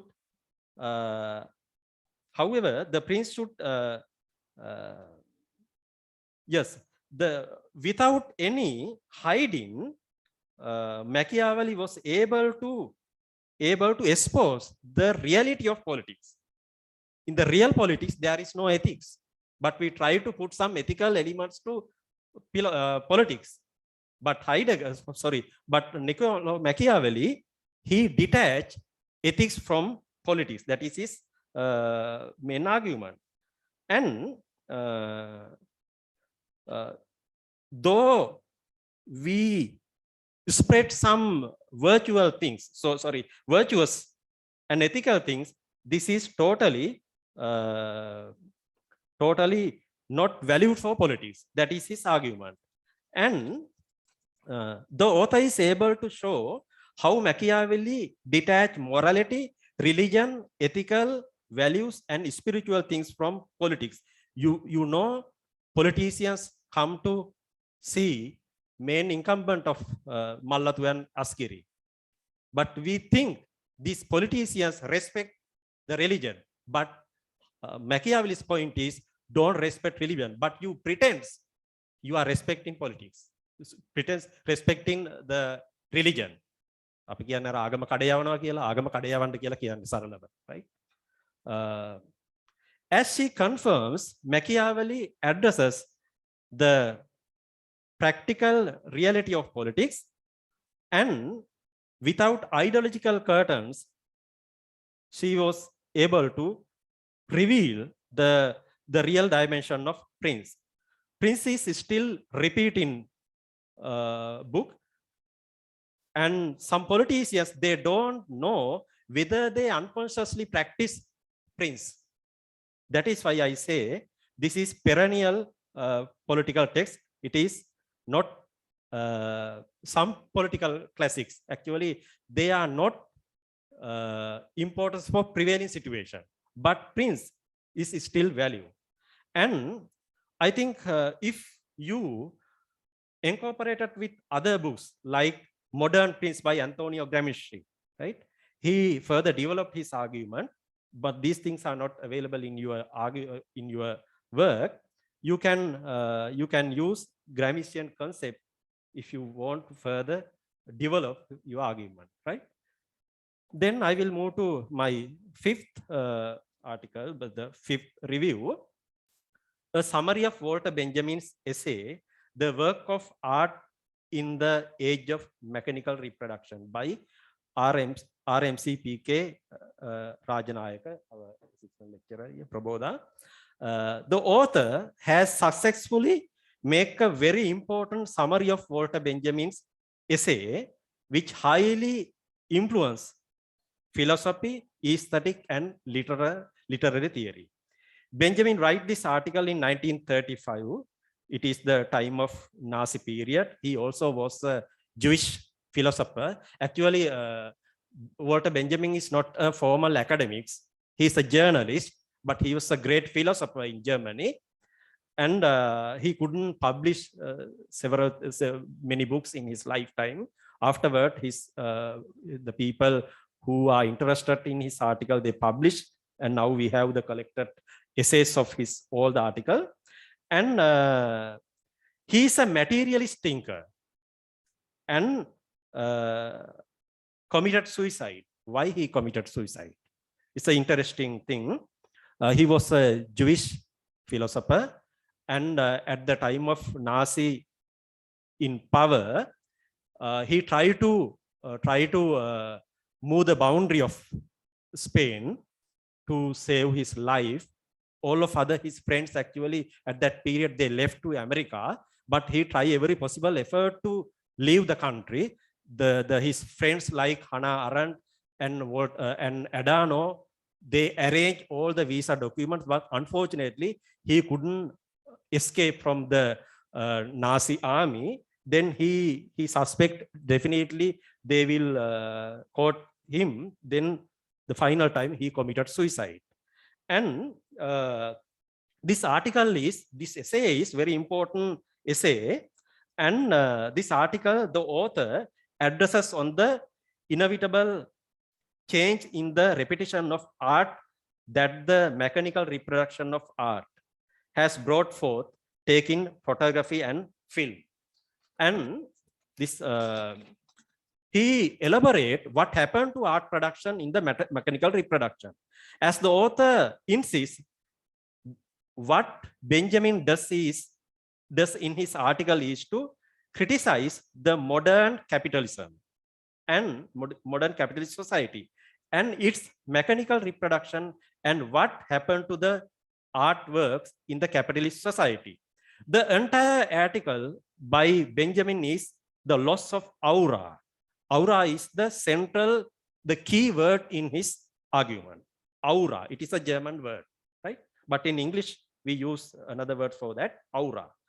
And the aura is the loss of uniqueness. Loss of uniqueness, what happened in artwork in the mechanical reproduction.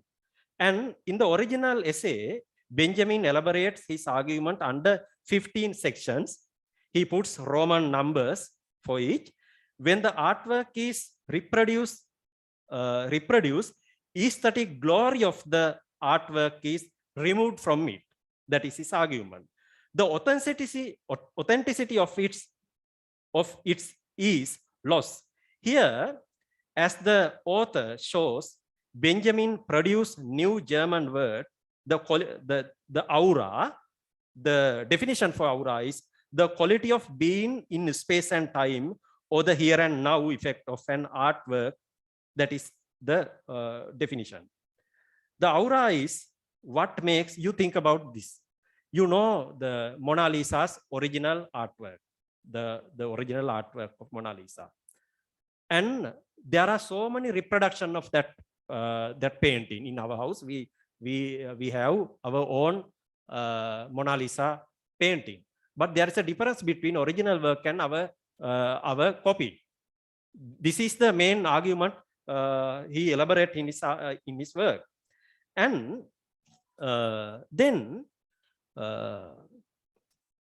through the modern technological reproduction, which are similar to the original in all respect, this concept of originality or uniqueness fades away. Right? Therefore, in Benjaminian terms, when an artwork is reproduced, its aura is lost. That is the main argument.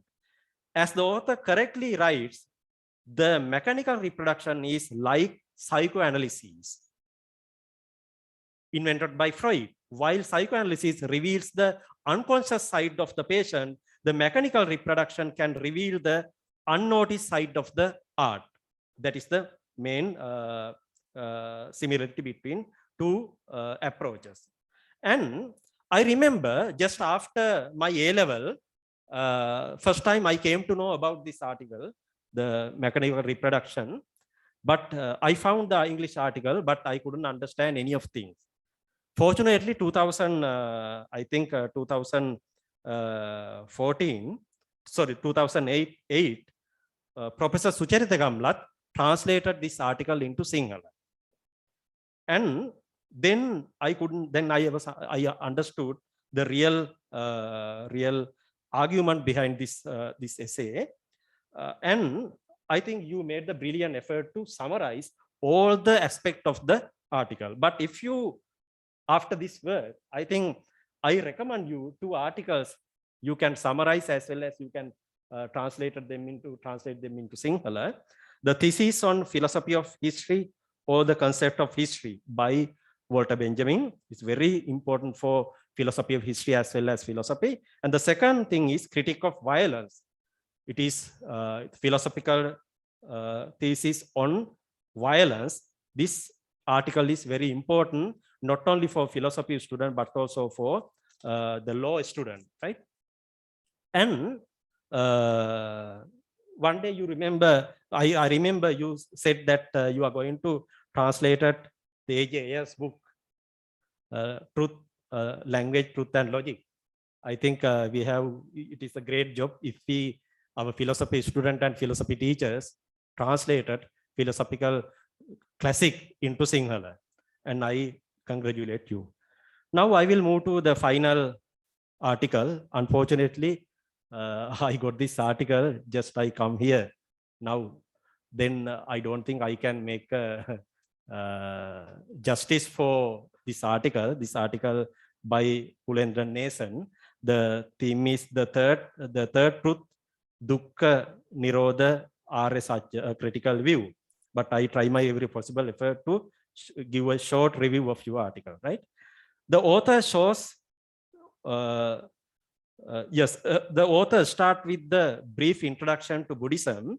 Then he moves to the Four Noble Truths: the suffering, origin of suffering, cessation of suffering, the way leading to the cessation of suffering. You know these things as a Buddhist. The author makes a same effort to briefly discuss the Four Noble Truths. However, he should specifically focus to the truth of dukkha because he mentioned about the third truth. But in your article, you are doing same treatment for Four Noble Truths. But you have to specifically mention about the third or the third truth, dukkha, right? And the Noble Truth, the Buddhism is, in original Buddhism, this is the heart of Buddhism, the Four Noble Truths.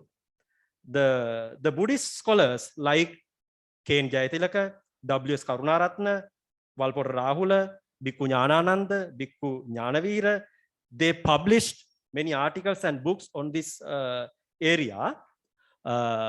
This is very familiar concept, but you have to go the deep level of the concept. There are two arguments behind this phenomena, dukkha, but you are not mentioned these things in your article, but I can discuss these things. In the original Buddhism says suffering can be eradicated. It is the heart of Buddhism. But some Western philosophers, especially European philosophers, there was one book, it was published in 2012. The name of that book is Hegel, The Shadow of Dialectical Materialism by Slavoj Žižek, the Slovenian philosopher. He argued, there is one chapter in this book, he argued the suffering cannot be eradicated. Suffering cannot be eradicated. Gaining from the idea from psychoanalysis and German idealism, he argued the suffering is ontologically impossible to avoid this concept. It is our life, suffering, because we need suffering. That is our essence. Because people like to suffer, but we try to show the way to cessation of suffering. People are engaged, or people are because our life is suffering, because we don't like to totally eradicate suffering. We need suffering. That is the argument. Then if you get these arguments into your article, you can further develop this article. That is my advice. These are my review. I think we got enough time. Now, thanking again the organizing committee for inviting me to review. And I congratulate you because I like the third issue of this blog as well as the e-journal. Thank you very much.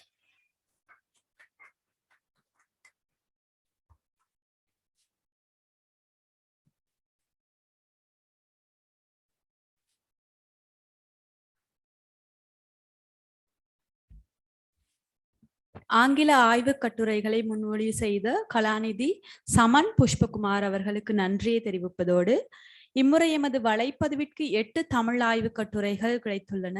முதலாவது வலைப்பதிவிற்கு 7 ஆய்வுகள் மட்டுமே கிடைத்திருந்தது. இம்முறை 1 அதிகமாக இருக்கின்றது. அது மகிழ்ச்சிக்குரிய விஷயம். அடுத்த முறை மாணவர்கள் இன்னும் ஆர்வமாக ஆய்வு கட்டுரைகள் சமர்ப்பிக்குமாறு கேட்டுக்கொள்கின்றோம். அத்தோடு எமது தமிழ் ஆய்வு கட்டுரைகளை முன்மொழிவு செய்வதற்காக பேராதனை பல்கலைக்கழகத்தின் மெய்யியல் துறையின் சிரேஷ்ட விரிவுரையாளர் முஃபிசால் அபூபக்கர் அவர்களை அன்போடு அழைக்கிறோம்.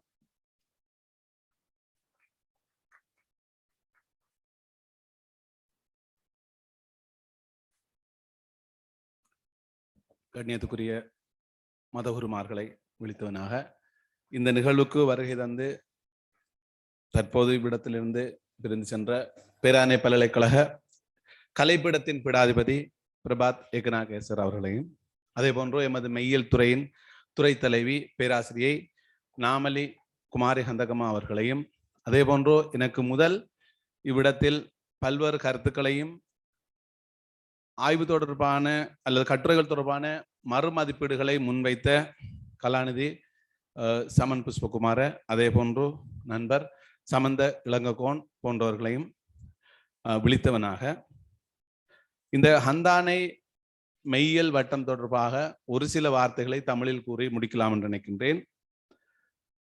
අපි ඉගෙන ගන්න කාලයේ මේ වගේ පොඩි වැඩ කටයුතු එකක් කරා. ඒ කාලේ මම හිතන විදිහට මේ ප්‍රොෆෙසර් කුණබාල ධර්මසිරි සර් හෙඩ් විදියට හිටියා. ඒ කාලේ ෆිලොසොෆි සොසයිටි සංගමයේ නායක විදියට සභාපති විදියට දැන් සීනියර් ලෙක්චරර් සුමේද වීරවර්ධන හිටියා. එඩිටර් අපි පොඩි මැගසින් එකක් පටන් ගමු කියලා දාගෙන ඉන්න වෙලාවට අපි මහෝගේ කියලා මැගසින් එකක් අපි පටන් ගත්තා. ඒ කාලේ සංජීවනි රූපසිංහ එඩිටර්, මම ඒකට තමිල් මීඩියම් විදියට ෆිලොසොෆි දර්ශනාංශයේ උපසභාපති, same time Tamil medium editor විදියට මං හිටියා. අපි මේ ඒ කාලේ මැගසින් එකක් පටන් ගත්තා. ඒකට දැන් ජ්‍යෙෂ්ඨ කතිකාචාර්ය බෝගොඩ ජයන්ත බෝගොඩගේ උදව්වක් ගොඩාක් අපිට තිබ්බා. අනිත් අයගේ උදව්වක් තිබ්බා. ඒ වගේ අපි මීඩියම් තුනම ඒක අපි print කරලා ඒක පොඩි මැගසින් විදියට අපි වැඩ කටයුතු කරා. දැන් ඒක ලොකු වෙලා දැන් ඉන්ටර්නෙට් වලින් නැත්නම් ඔන්ලයින් මැගසින් ජර්නල් විදියට අපි දැන් ගොඩාක් උසට ගිහිල්ලා තියෙන්නේ. ඒක සතුටයි. අනිත් එකක් තමයි අපේ ඩිපාර්ට්මන්ට් එකේ දැන් අංශාධිපති විදියට දැන් අපිට හොඳම අයිඩියාස් දෙන්න, අනිත් එකක් අපේ ප්‍රයෝජනය නැත්නම් අපේ ශක්තිය හොඳටම පාවිච්චි කරලා ඩිපාර්ට්මන්ට් එකේ උඩට අරන් යන්න ඕනේ කියලා හොඳ අදහස් දෙක ඩීන් සර් කියපු විදියට අර ඉලක්කයේ විදියට අපිට මැඩම් ගොඩාක් නාමලි මැඩම් ගොඩාක් උදව් කරනවා. ඒ වැඩ කටයුතු වලින් තමයි මේ වගේ සහෝයකයට අපි කොහේ හිටියොත් නැත්නම් පෙට්‍රෝල් නැත්නම් මොකක්ද අපි දුවගෙන එනවා මේ වැඩ අපි ඉදිරියෙන් අරන් යන්න ඕනේ කියලා. ඒකට අපේ ඩිපාර්ට්මන්ට් එකේ තියෙන හොඳම රිසෝස් පර්සන්ලා ඉන්නවා, හොඳ දක්ෂයෝ ඉන්නවා, හොඳම වැඩ කරන කට්ටිය ඉන්නවා. ඒ හින්දා මේ කාලේ අපිට ගෝල්ඩන් පීරියඩ් කියලා තමයි මගේ විදියට මම බලන්නේ. මේක හරි සතුටයි. ඒ වගේ තමයි අර මේ අපේ ඩීන් සර්ත් කිව්වා, අර දෙන්න මේ කතාව කිව්වා මේ ඔව් ඒ වගේ අයත් ඉන්නවා. අපිත් ඒක අර මෙතඩොලොජි මාර කරලා අපි ඒ විදියට උදව් කරන්න ඕන කියලා මගේ පර්සනල් අදහස්. අනිත් එකක් තමයි මම මේක අර ආටිකල් නැත්නම් මේ මැගසින් එකට ලියපු ආටිකල් සඳහා මම චුට්ටක් කියන්න ඕන. මේක ආටිකල් 8ක් තියෙනවා තමිල් මීඩියම් වලින්. ඒක 8ක්ම එකක් තමයි මේ පළවෙනි එකක් the methods of social sciences. මේක දැන් ඉගෙන ගන්න ස්ටුඩන්ට්ස් ධර්මිකා ලියලා තියෙනවා. ඊළඟ එකක් history of Indian philosophy and the Vedas, Vedic period සඳහා හම්සනා ලියලා තියෙනවා. යා ස්ටුඩන්ට් කෙනෙක්. ඊළඟ තුන්වෙනි එකක් තමයි මේ applied ethics and practical issues කනුජා former temporary lecturer ලියලා තිනවා. ඊළඟ එකක් භගවත් the moral insights of the Bhagavad Gita, මේක සින්දු ප්‍රියා බිදින් වැඩ කරන temporary lecturer ලියලා තිනවා. ඊළඟ එකක් Marxism and religion in සසිකලා දැන් අපේ ටෙම්පරරි ලෙක්චරර් විදියට ඉන්න එකක් ලියලා තියෙනවා. ඊළඟ එකක් තමයි an introduction to Greek philosophy තුවාරක අපේ ශිෂ්‍යයෙක් නම් seventh religion and religion philosophy සතීෂ් Kumar ලියලා තියෙනවා. 8 වෙනි තමයි මේ development of medieval philosophy මේක නිශාන්තිනි. එහෙනම් අපිට තුනක් temporary lecturers නැත්නම් undergraduate විදියට තමන්ගේ ඩිග්‍රිය ඉවර කරපු ලියලා තියෙනවා. අනිත් අය අපිට ලියලා තියෙන්නේ ස්ටුඩන්ට්ස්ලා තමයි මේක ලියලා තියෙන්නේ. එහෙනම් මේ ආටිකල් එක මම ගොඩාක් වෙලාව ගන්න අර ඕඩර් වලින් මම යන්නම්. பலவனி தமாய் சமூக விஞ்ஞானமும் அதன் ஆய்வுமுறைகளும் என்ற ஒரு கட்டுரை இதில் எழுதப்பட்டிருக்கின்றது. இந்த கட்டுரையில் விஞ்ஞானம் என்றால் என்ன, what is science, what is social science, அதே போன்று சயின்ஸின் பாவிச்சுக்கிற மெத்தட்ஸ், அது ஒப்சர்வேஷன் போன்ற கொஷனியார் வகை குடாக் மெத்தடாலஜி எகத்தின் அடுபாடு, அதில் உள்ள குறைபாடுகள், அதில் என்ன வகையான விடயங்களை நாங்கள் கொண்டு வர வேண்டும் என்கின்ற விடயங்களை கூடுதலாக இந்த ஆய்வுக்கட்டுரை தேடிக்கொண்டு செல்கின்றது அல்லது அது நோக்கி செல்கின்றது. இதை தர்மிகா எழுதியிருக்கின்றார். மிகவும் சிறந்த கட்டுரையாகவும் இருக்கின்றது. அதேவேளை ஒரு மாணவர் மைய நிலைப்பட்ட ஒரு ஸ்டூடெண்ட் சென்டர்ட் ஒரு ஆர்டிக்கல் என்ற அடிப்படையில் மிகவும் சிறந்த கட்டுரையாகவும் இது இருக்கின்றது. இதில் உள்ள ஒரு சில குறைபாடுகளாக நான் பார்த்த விடயங்கள், இதில் ரிஃபரன்ஸ் குறைவாக காணப்படுகின்றது. அதை எதிர்காலத்தில் රිෆරන්ස් පොඩි පොඩි අඩුපාඩු තියෙනවා. ඒක ආපහු හැදුවා නම් එයාගේ ஃபியூச்சர் එකට හොඳයි කියලා මගේ අදහස්. இரண்டாவது கட்டுரை தான் இந்த இந்திய மெய்யியல் வரலாறும் வேத காலமும் என்கின்ற ஒரு கட்டுரை இருக்கின்றது. இதை ஹம்சனா எழுதியிருக்கின்றார். இதில் வேதிக் பீரியட் சம்பந்தமான விடயங்கள் பேசப்படுகின்றன. இருக்கு, யசூர், சாம, அதர்வன வேதங்கள் என்றால் என்ன, அதில் பேசப்படுகின்ற மெயின் தீம்ஸ் பற்றிய விடயங்கள் இதில் பேசப்படுகின்றது. அதே போன்று வேத வியாசகர் என்று நாங்கள் குறிப்பிடுகின்ற, அதாவது வேதங்கள் தொகுத்தவர்களுடைய விடயங்கள் பேசப்படுகின்றன. அது மட்டுமல்ல, இதுல கடவுள் தொடர்பான கோட் தொடர்பான நிறைய விடயங்கள் பேசப்படுகின்றன. அதாவது கடவுள் வழிபாடுகள், அதே போன்று அதில் பின்பற்றப்படுகின்ற முறைகள், வேதகால வேள்வி முறைகள் போன்ற பல விடயங்களை இதில் அவர் பேசுகின்றார். அது மட்டுமல்ல, இதில் பேசப்படுகின்ற விடயங்களில் கடவுள்களுக்கான பொறுப்புகள் தொடர்பாகவும் பல விடயங்கள் பேசப்படுகின்றன. இதுவும் ஒரு நல்ல கட்டுரை என்று என்னால் குறிப்பிட முடியும். அதே போன்றுதான் மூன்றாவது கட்டுரையாக இந்த பிரயோக ஒழுக்கவியலும் நடைமுறை சிக்கலும் என்ற கனுஜாவினுடைய கட்டுரை, அதாவது applied ethics and practical issues. இதில் அப்ளைட் எத்திக்ஸில் பேசப்படுகின்ற மெயின் தீம்ஸ்கள் கூறப்படுகின்றது.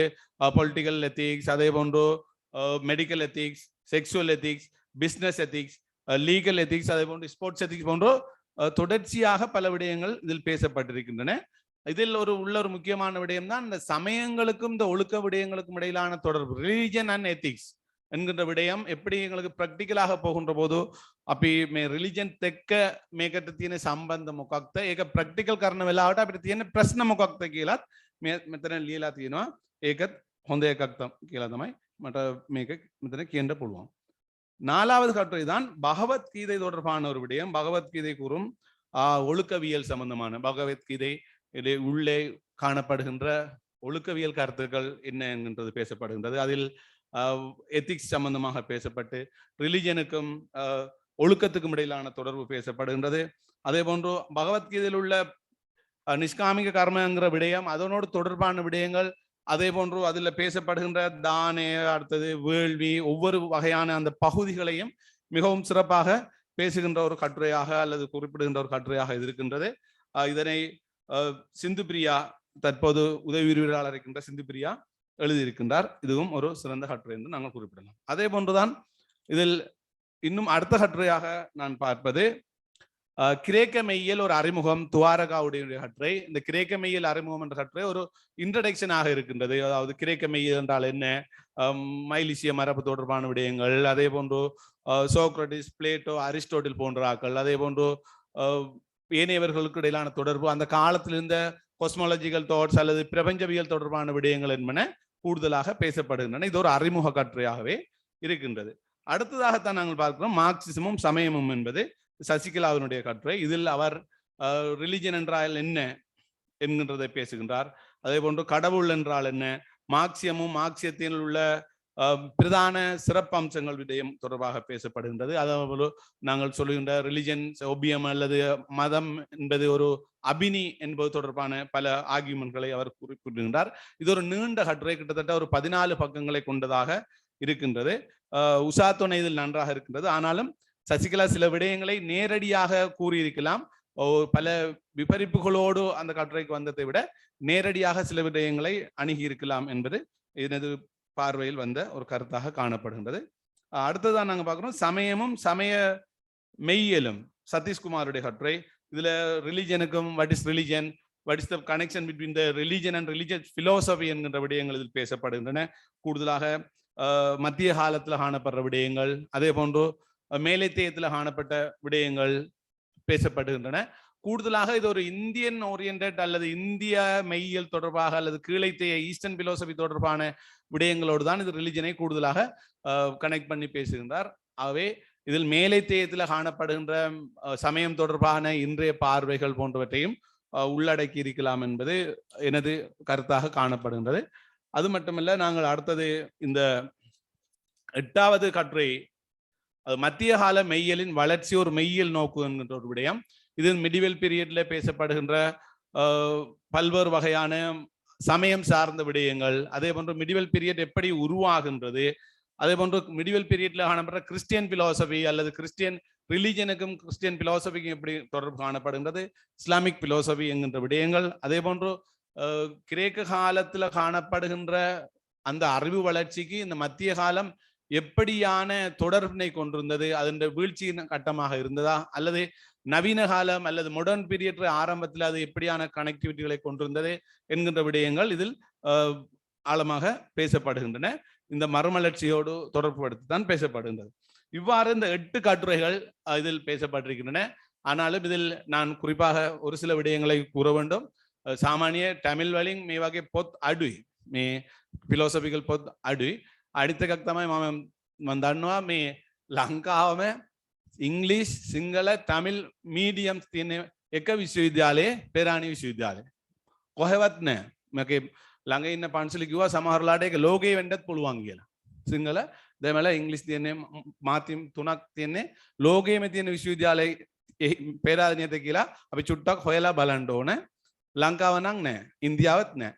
ඒ හින්දා අපි චුට්ටක් අර තමිල් මීඩියම් විදියට මේ වගේ මේ ආටිකල් 8ක් ළමයි ටෙම්පරරි ස්ටාෆ් ලියපුවා හරි සතුටයි.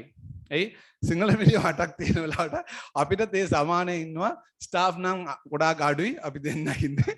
ඒ හින්දා මේක හරි සතුටයි අපේ ළමයි මෙච්චර ලියනවා තමිල් පොත් අඩුයි. ඒ හින්දා ගොඩාක් ලියලා තියෙනවා. අනිත් එකක් තමයි මෙතන තව එකක් මම කියලා තියෙනවා අර රෙෆරන්ස් වලින් ගොඩාක් අය ප්‍රොෆෙසර් අනස්ගේ පොත් තමයි දාලා තියෙන්නේ. ඒක ඇත්ත තමයි. ඒක ෆිලොසොෆි වලින් බයිබල් කියන්නේ අනසර්ගේ පොත්. අනසර්ගේ පොත් තමයි බයිබල් අපිට. ඒ හින්දා ඒ පොත් වලින් තමයි ගොඩාක් අය රිෆරන්ස් දාලා තියෙනවා. ඒක සමහරලාට අර කෑලි දාලා ලියලා තියෙනවා. ඒ වගේ ඒක අපිට මොකුත් අඩුපාඩු කියන්න බෑ. ඇයි? ඒ වගේ පොත් තමයි අපිට පොත් තියෙන්නේ. ඒ හින්දා හරි සතුටයි මෙහෙම ලියනේවා. අනිත් එකක් තමයි මේ වගේ වැඩ කටයුතු වලින් අර medium wise මේ මාධ්‍ය නැත්නම් medium 3ක්ම තියෙනවා අපිට වැදගත් එකක්. ඒ මේ ගොඩාක් අය දැන් බලන්න පුළුවන්. අපිට like page වගේ මොන හරි එකක් තිබ්බනම් tamil medium බලනවා, සිංහල medium බලනවා, english medium බලනවා, හැමදැනම කට්ටිය බලන්න වගේ එකක් තියෙනවා. ඒකට අපිට සතුටයි. ඊළඟ කාලේ හරි නැත්නම් ඊට පස්සේ හරි எதிர்காலத்திலாவது ஸ்டூடெண்ட்ஸ் இன்னும் மேலும் அதிகமான கண்ட்ரிபியூஷன்களை இதுக்கு வழங்க வேண்டும். மேடம் කියපු විදියට අපිට අර ප්‍රූෆ් මේ තමිල් වලින් බලන රිවියුවර් විදියට මම ප්‍රූෆ් බලලා හදලා අර print out කරන්නත් බෑ. ඒක බලලා ඔක්කොම හදලා දීපා. ඒක හරි සතුටයි. එයි මේ වගේ වැඩ කටයුතුවට අපි සහයෝගය දීලා තියෙනවා. අනිත් එකක් තමයි මට සතුටයි මම නම් ලිව්වේ නෑ. සමන් සර් ලියලා තමයි ඒක කිව්වේ. මගේ ආටිකල් නම් මේක තිබ්බ නෑ. ඒ හින්දා මම ඊට වඩා හොඳට ලියන්න ඕන ඉන් ෆියුචර් වලින් එක මේ වගේ ලියලා මේක කරන්න ඕන කියලා මම ප්‍රාර්ථනාත් කරලා මේ වගේ පරිසරය අපිට දුන්නාට මීඩියම් වයිස් මේ සමානය විදියට මේ ආටිකල් සඳහා අනිත් එකක් වෙබ්සයිට් වලින් දාන ඒවා ඔක්කොටම අපිට හොඳ විදියට සලකත හින්දා හාර සතුටයි. ඒකට අංශාධිපතිටයි අපේ ලෙක්චරස්ලාටයි යාළුවා අනිත් එකක් අපේ ටෙම්පරරි ලෙක්චරස්ලා මාව මේ ගෙන්නන්න ඕන කියලා දිගටම කෝල් කරලා මේ සර් වෙලාව 2යි සර් වෙලාව 3යි මේකට මාර කරලා තියෙනවා බස් එක එනවාද කොහොමද සර් පෙට්‍රෝල් තියනවාද කියලා මේ ඔක්කොම දැන් කිව්වා ඒක හරි සතුටයි අනිත් එකක් තමයි තව එකක් තියෙනවා අපේ ඩිපාර්ට්මන්ට් එකේ මම එත්තටම කියන්න ඕනේ බෝගොඩ කියන වචනයට මට අර්ථය දන්නේ ගොඩ කියලා වෙන්නත් පුළුවන් ගොඩාක් කියලා වෙන්නත් පුළුවන් මගේ වෙනවනේ බෝගොඩ ගොඩාක් වැඩ කරනවා ඒක ඇත්ත මම පැහැදිලිම මම කියන්නේ මගේ සීනියර් තමයි ගොඩාක් වැඩ කරන එක නම් මොනවා හරි වුණොත් අර පැහැදිලිම යථාර්ථය කියලා ඩිපාර්ට්මන්ට් එකේ මෙහෙම තමයි කරන්න ඕනේ මෙහෙම කරන්න බෑ කියලා ගොඩාක් වැඩ කරනවා අපේ ස්ටුඩන්ට් කාලේ ඉඳලා අපේ සීනියර් විදිහට හිටියා එයා මොන හරි වැඩ කරගෙනම ඉන්න ඕන ඒක මමත් දැකලා තියෙනවා මේ සංජීවනිත් එක්ක මොන හරි පොත් හදනවා නැත්නම් වෙනම කොහේ හරි මේ තම අර නෙට්ටිකන් කියලා ඒක සිංහල වචන තැනත කියලා මැගසින් එක හදුවා මොන හරි මේ මැගසින් කරන වැඩට බෝගොඩ මේ යා අර ස්පෙෂලිස්ට් කියලා තමයි මට නම් කියන්න පුළුවන් ඒ වගේ අපිට තමිල් මීඩියම් එකනක් එහෙම හිටියේ නැහැ ඒක හරි දුකයි ඒක බෝගොඩට ගොඩාක් ස්තුති කියන්න ඕන බෝගොඩගේ අදහස් අනිත් එකක් මැඩම්ගේ මේ ගයිඩන්ස් අපේ ටෙම්පරරියාගේ සහෝයගය අනිත් අයගේ ඔක්කොම එකතු වෙලා තමයි මේක දිනලා තියෙන්නේ ඩීන් සර් අද කියපුවා හරි සතුටයි අපේ ඩිපාර්ට්මන්ට් එක කියන්නේ අර ඇත්තටම ලංකාවේ තියෙන අර පොවර්ටි ඔෆ් ෆිලොසොෆි තමයි දේශපාලනයටත් ෆිලොසොෆි දන්නේ ඔය අදහස් එකකුත් නැහැ ඒ හින්දා අපි මේ වෙලට ಜಾති ආගමය අර ලැන්ග්වේජ් බැරියර් නැතුව අපි මේ වැඩ දිගටම අරන් යන්න ඕනේ ඒකට අපේ සහයෝගය දෙන්න පුළුවන් කියලා යන්න කියනවා ඒ හින්දා ඔයාලට මේ කියලා මම මෙතන ඉඳලා ඉවර කරනවා ස්තුතියි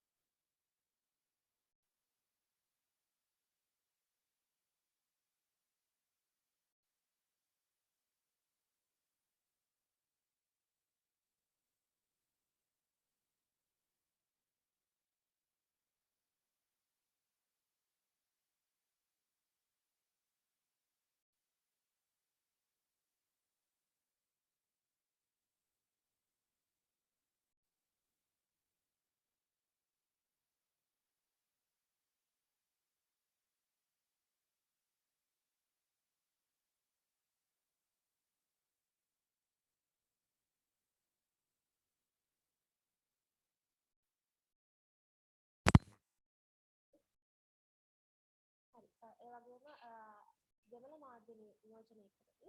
අපි හිතපු අංශාධිපති චමහයි සර් වගේම අනස් සර් දේශකථාචාර්ය මහාචාර්ය අනස් සර් සහ අපේ කෞතුක් අලුතෙන් අපේ දෙපාර්තමේන්තුවට සම්බන්ධ වෙච්ච දේශකථාචාර්ය කෞතුක් සර්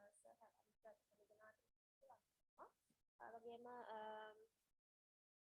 පෞද්ගලිකව මොන බාධක ආවත් ඉති මරාගෙන සියලුම දේ වෙනුවෙන් සපවුන මගේ සහෝදර සහය කතිකාචාර්ය මණ්ඩලයට ගොඩක් ස්තුතිවන්ත වෙනවා. ඒ වගේම තමයි ලිපි ලේඛන ඉදිරිපත් කරපු සියලුම දෙනාටත් අද දින මාර්ගගත ඔන්ලයින් තාක්ෂණය යටතේ අපිත් එක්ක සම්බන්ධ වෙන සියලුම දක්ෂයන්ට සහ මෙතෙන්ට පැමිණි සියලුම දක්ෂයන්ට අපි අනතුරු කාර්ය මණ්ඩලයේ සියලුම දෙනාට ස්තුතිවන්ත වෙනවා. සහ අනිත් දෙපාර්තමේන්තුවේ සම්බන්ධ සියලුම ආචාර්යවරුන්ට ස්තුතිවන්ත වෙනවා. අද දින අපේ මේ කාර්යය සාර්ථක කර ගැනීමට අපිට උදව් වීම සම්බන්ධයි.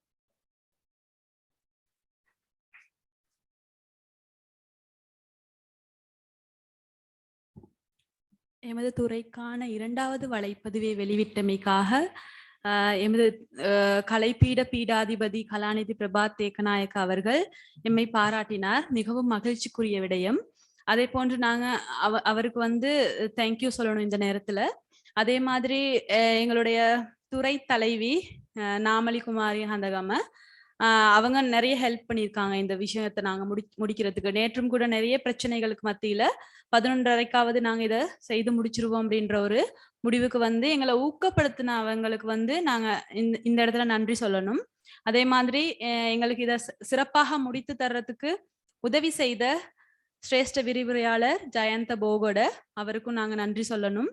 அதே மாதிரி எங்களோட துறையில இருக்கிற, அதாவது மெய்யியல் துறையில விரிவுரையாளர்களாக கடமை புரிகிற அனைவருக்கும் நாங்க இந்த இடத்துல நன்றிகளை தெரிவித்துக் கொள்ளும் அதே நேரம் விசேஷமாக இன்றைய ஆய்வு கட்டுரைகளை முன்மொழிவு செய்த 3 மொழிகளிலும் முன்மொழிவு செய்த எமது விரிவுரையாளர்களுக்கும் நன்றியை தெரிவித்துக் கொள்ளும் அதே நேரம் இந்த இடத்துல நான் ஞாபகப்படுத்தணும், நாங்க முதலாவது வலைப்பதிவை வெளியிட்ட நேரத்துல வந்து எங்களுக்கு ப்ரொஃபசர் அனஸ் அவர்கள் வந்து நிறைய உதவி செய்தார். அவர் தான் வந்து ஆய்வு முன்மொழிவை வெளியிடுறதுக்கு வந்து உதவி செய்தார்.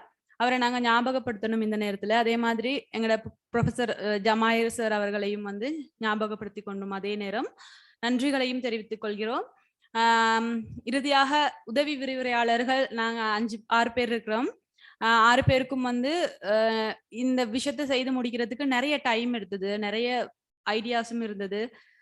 அதே மாதிரி நினைச்ச மாதிரி நாங்க இதை செய்து முடிக்கிறதுக்கு உதவி செய்த உதவி விரிவுரையாளர்களுக்கும் கல்வி சாரா ஊழியர்களுக்கும் நன்றியை தெரிவித்துக் கொண்டு விடைபெறுகிறோம். நன்றி, வணக்கம்.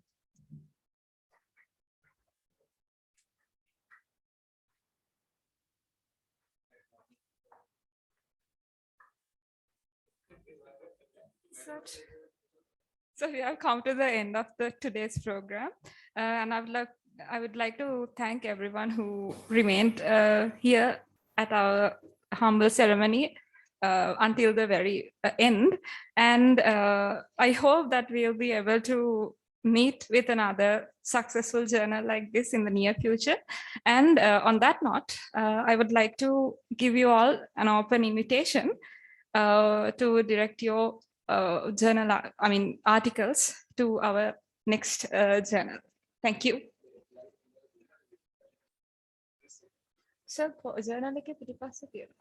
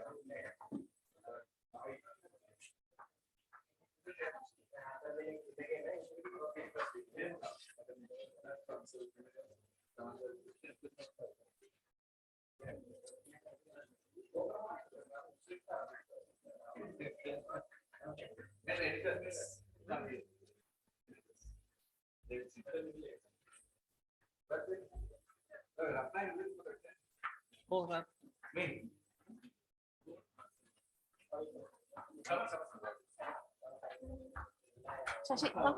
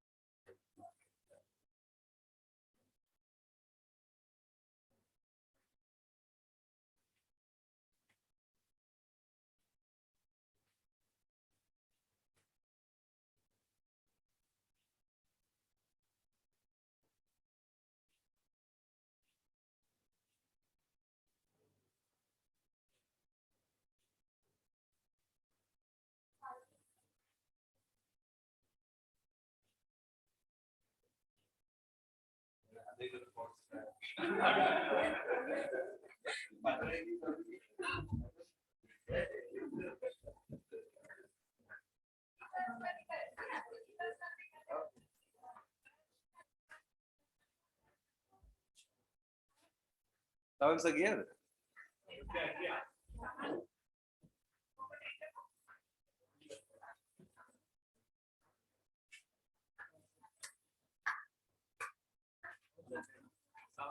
You know that in the review board there.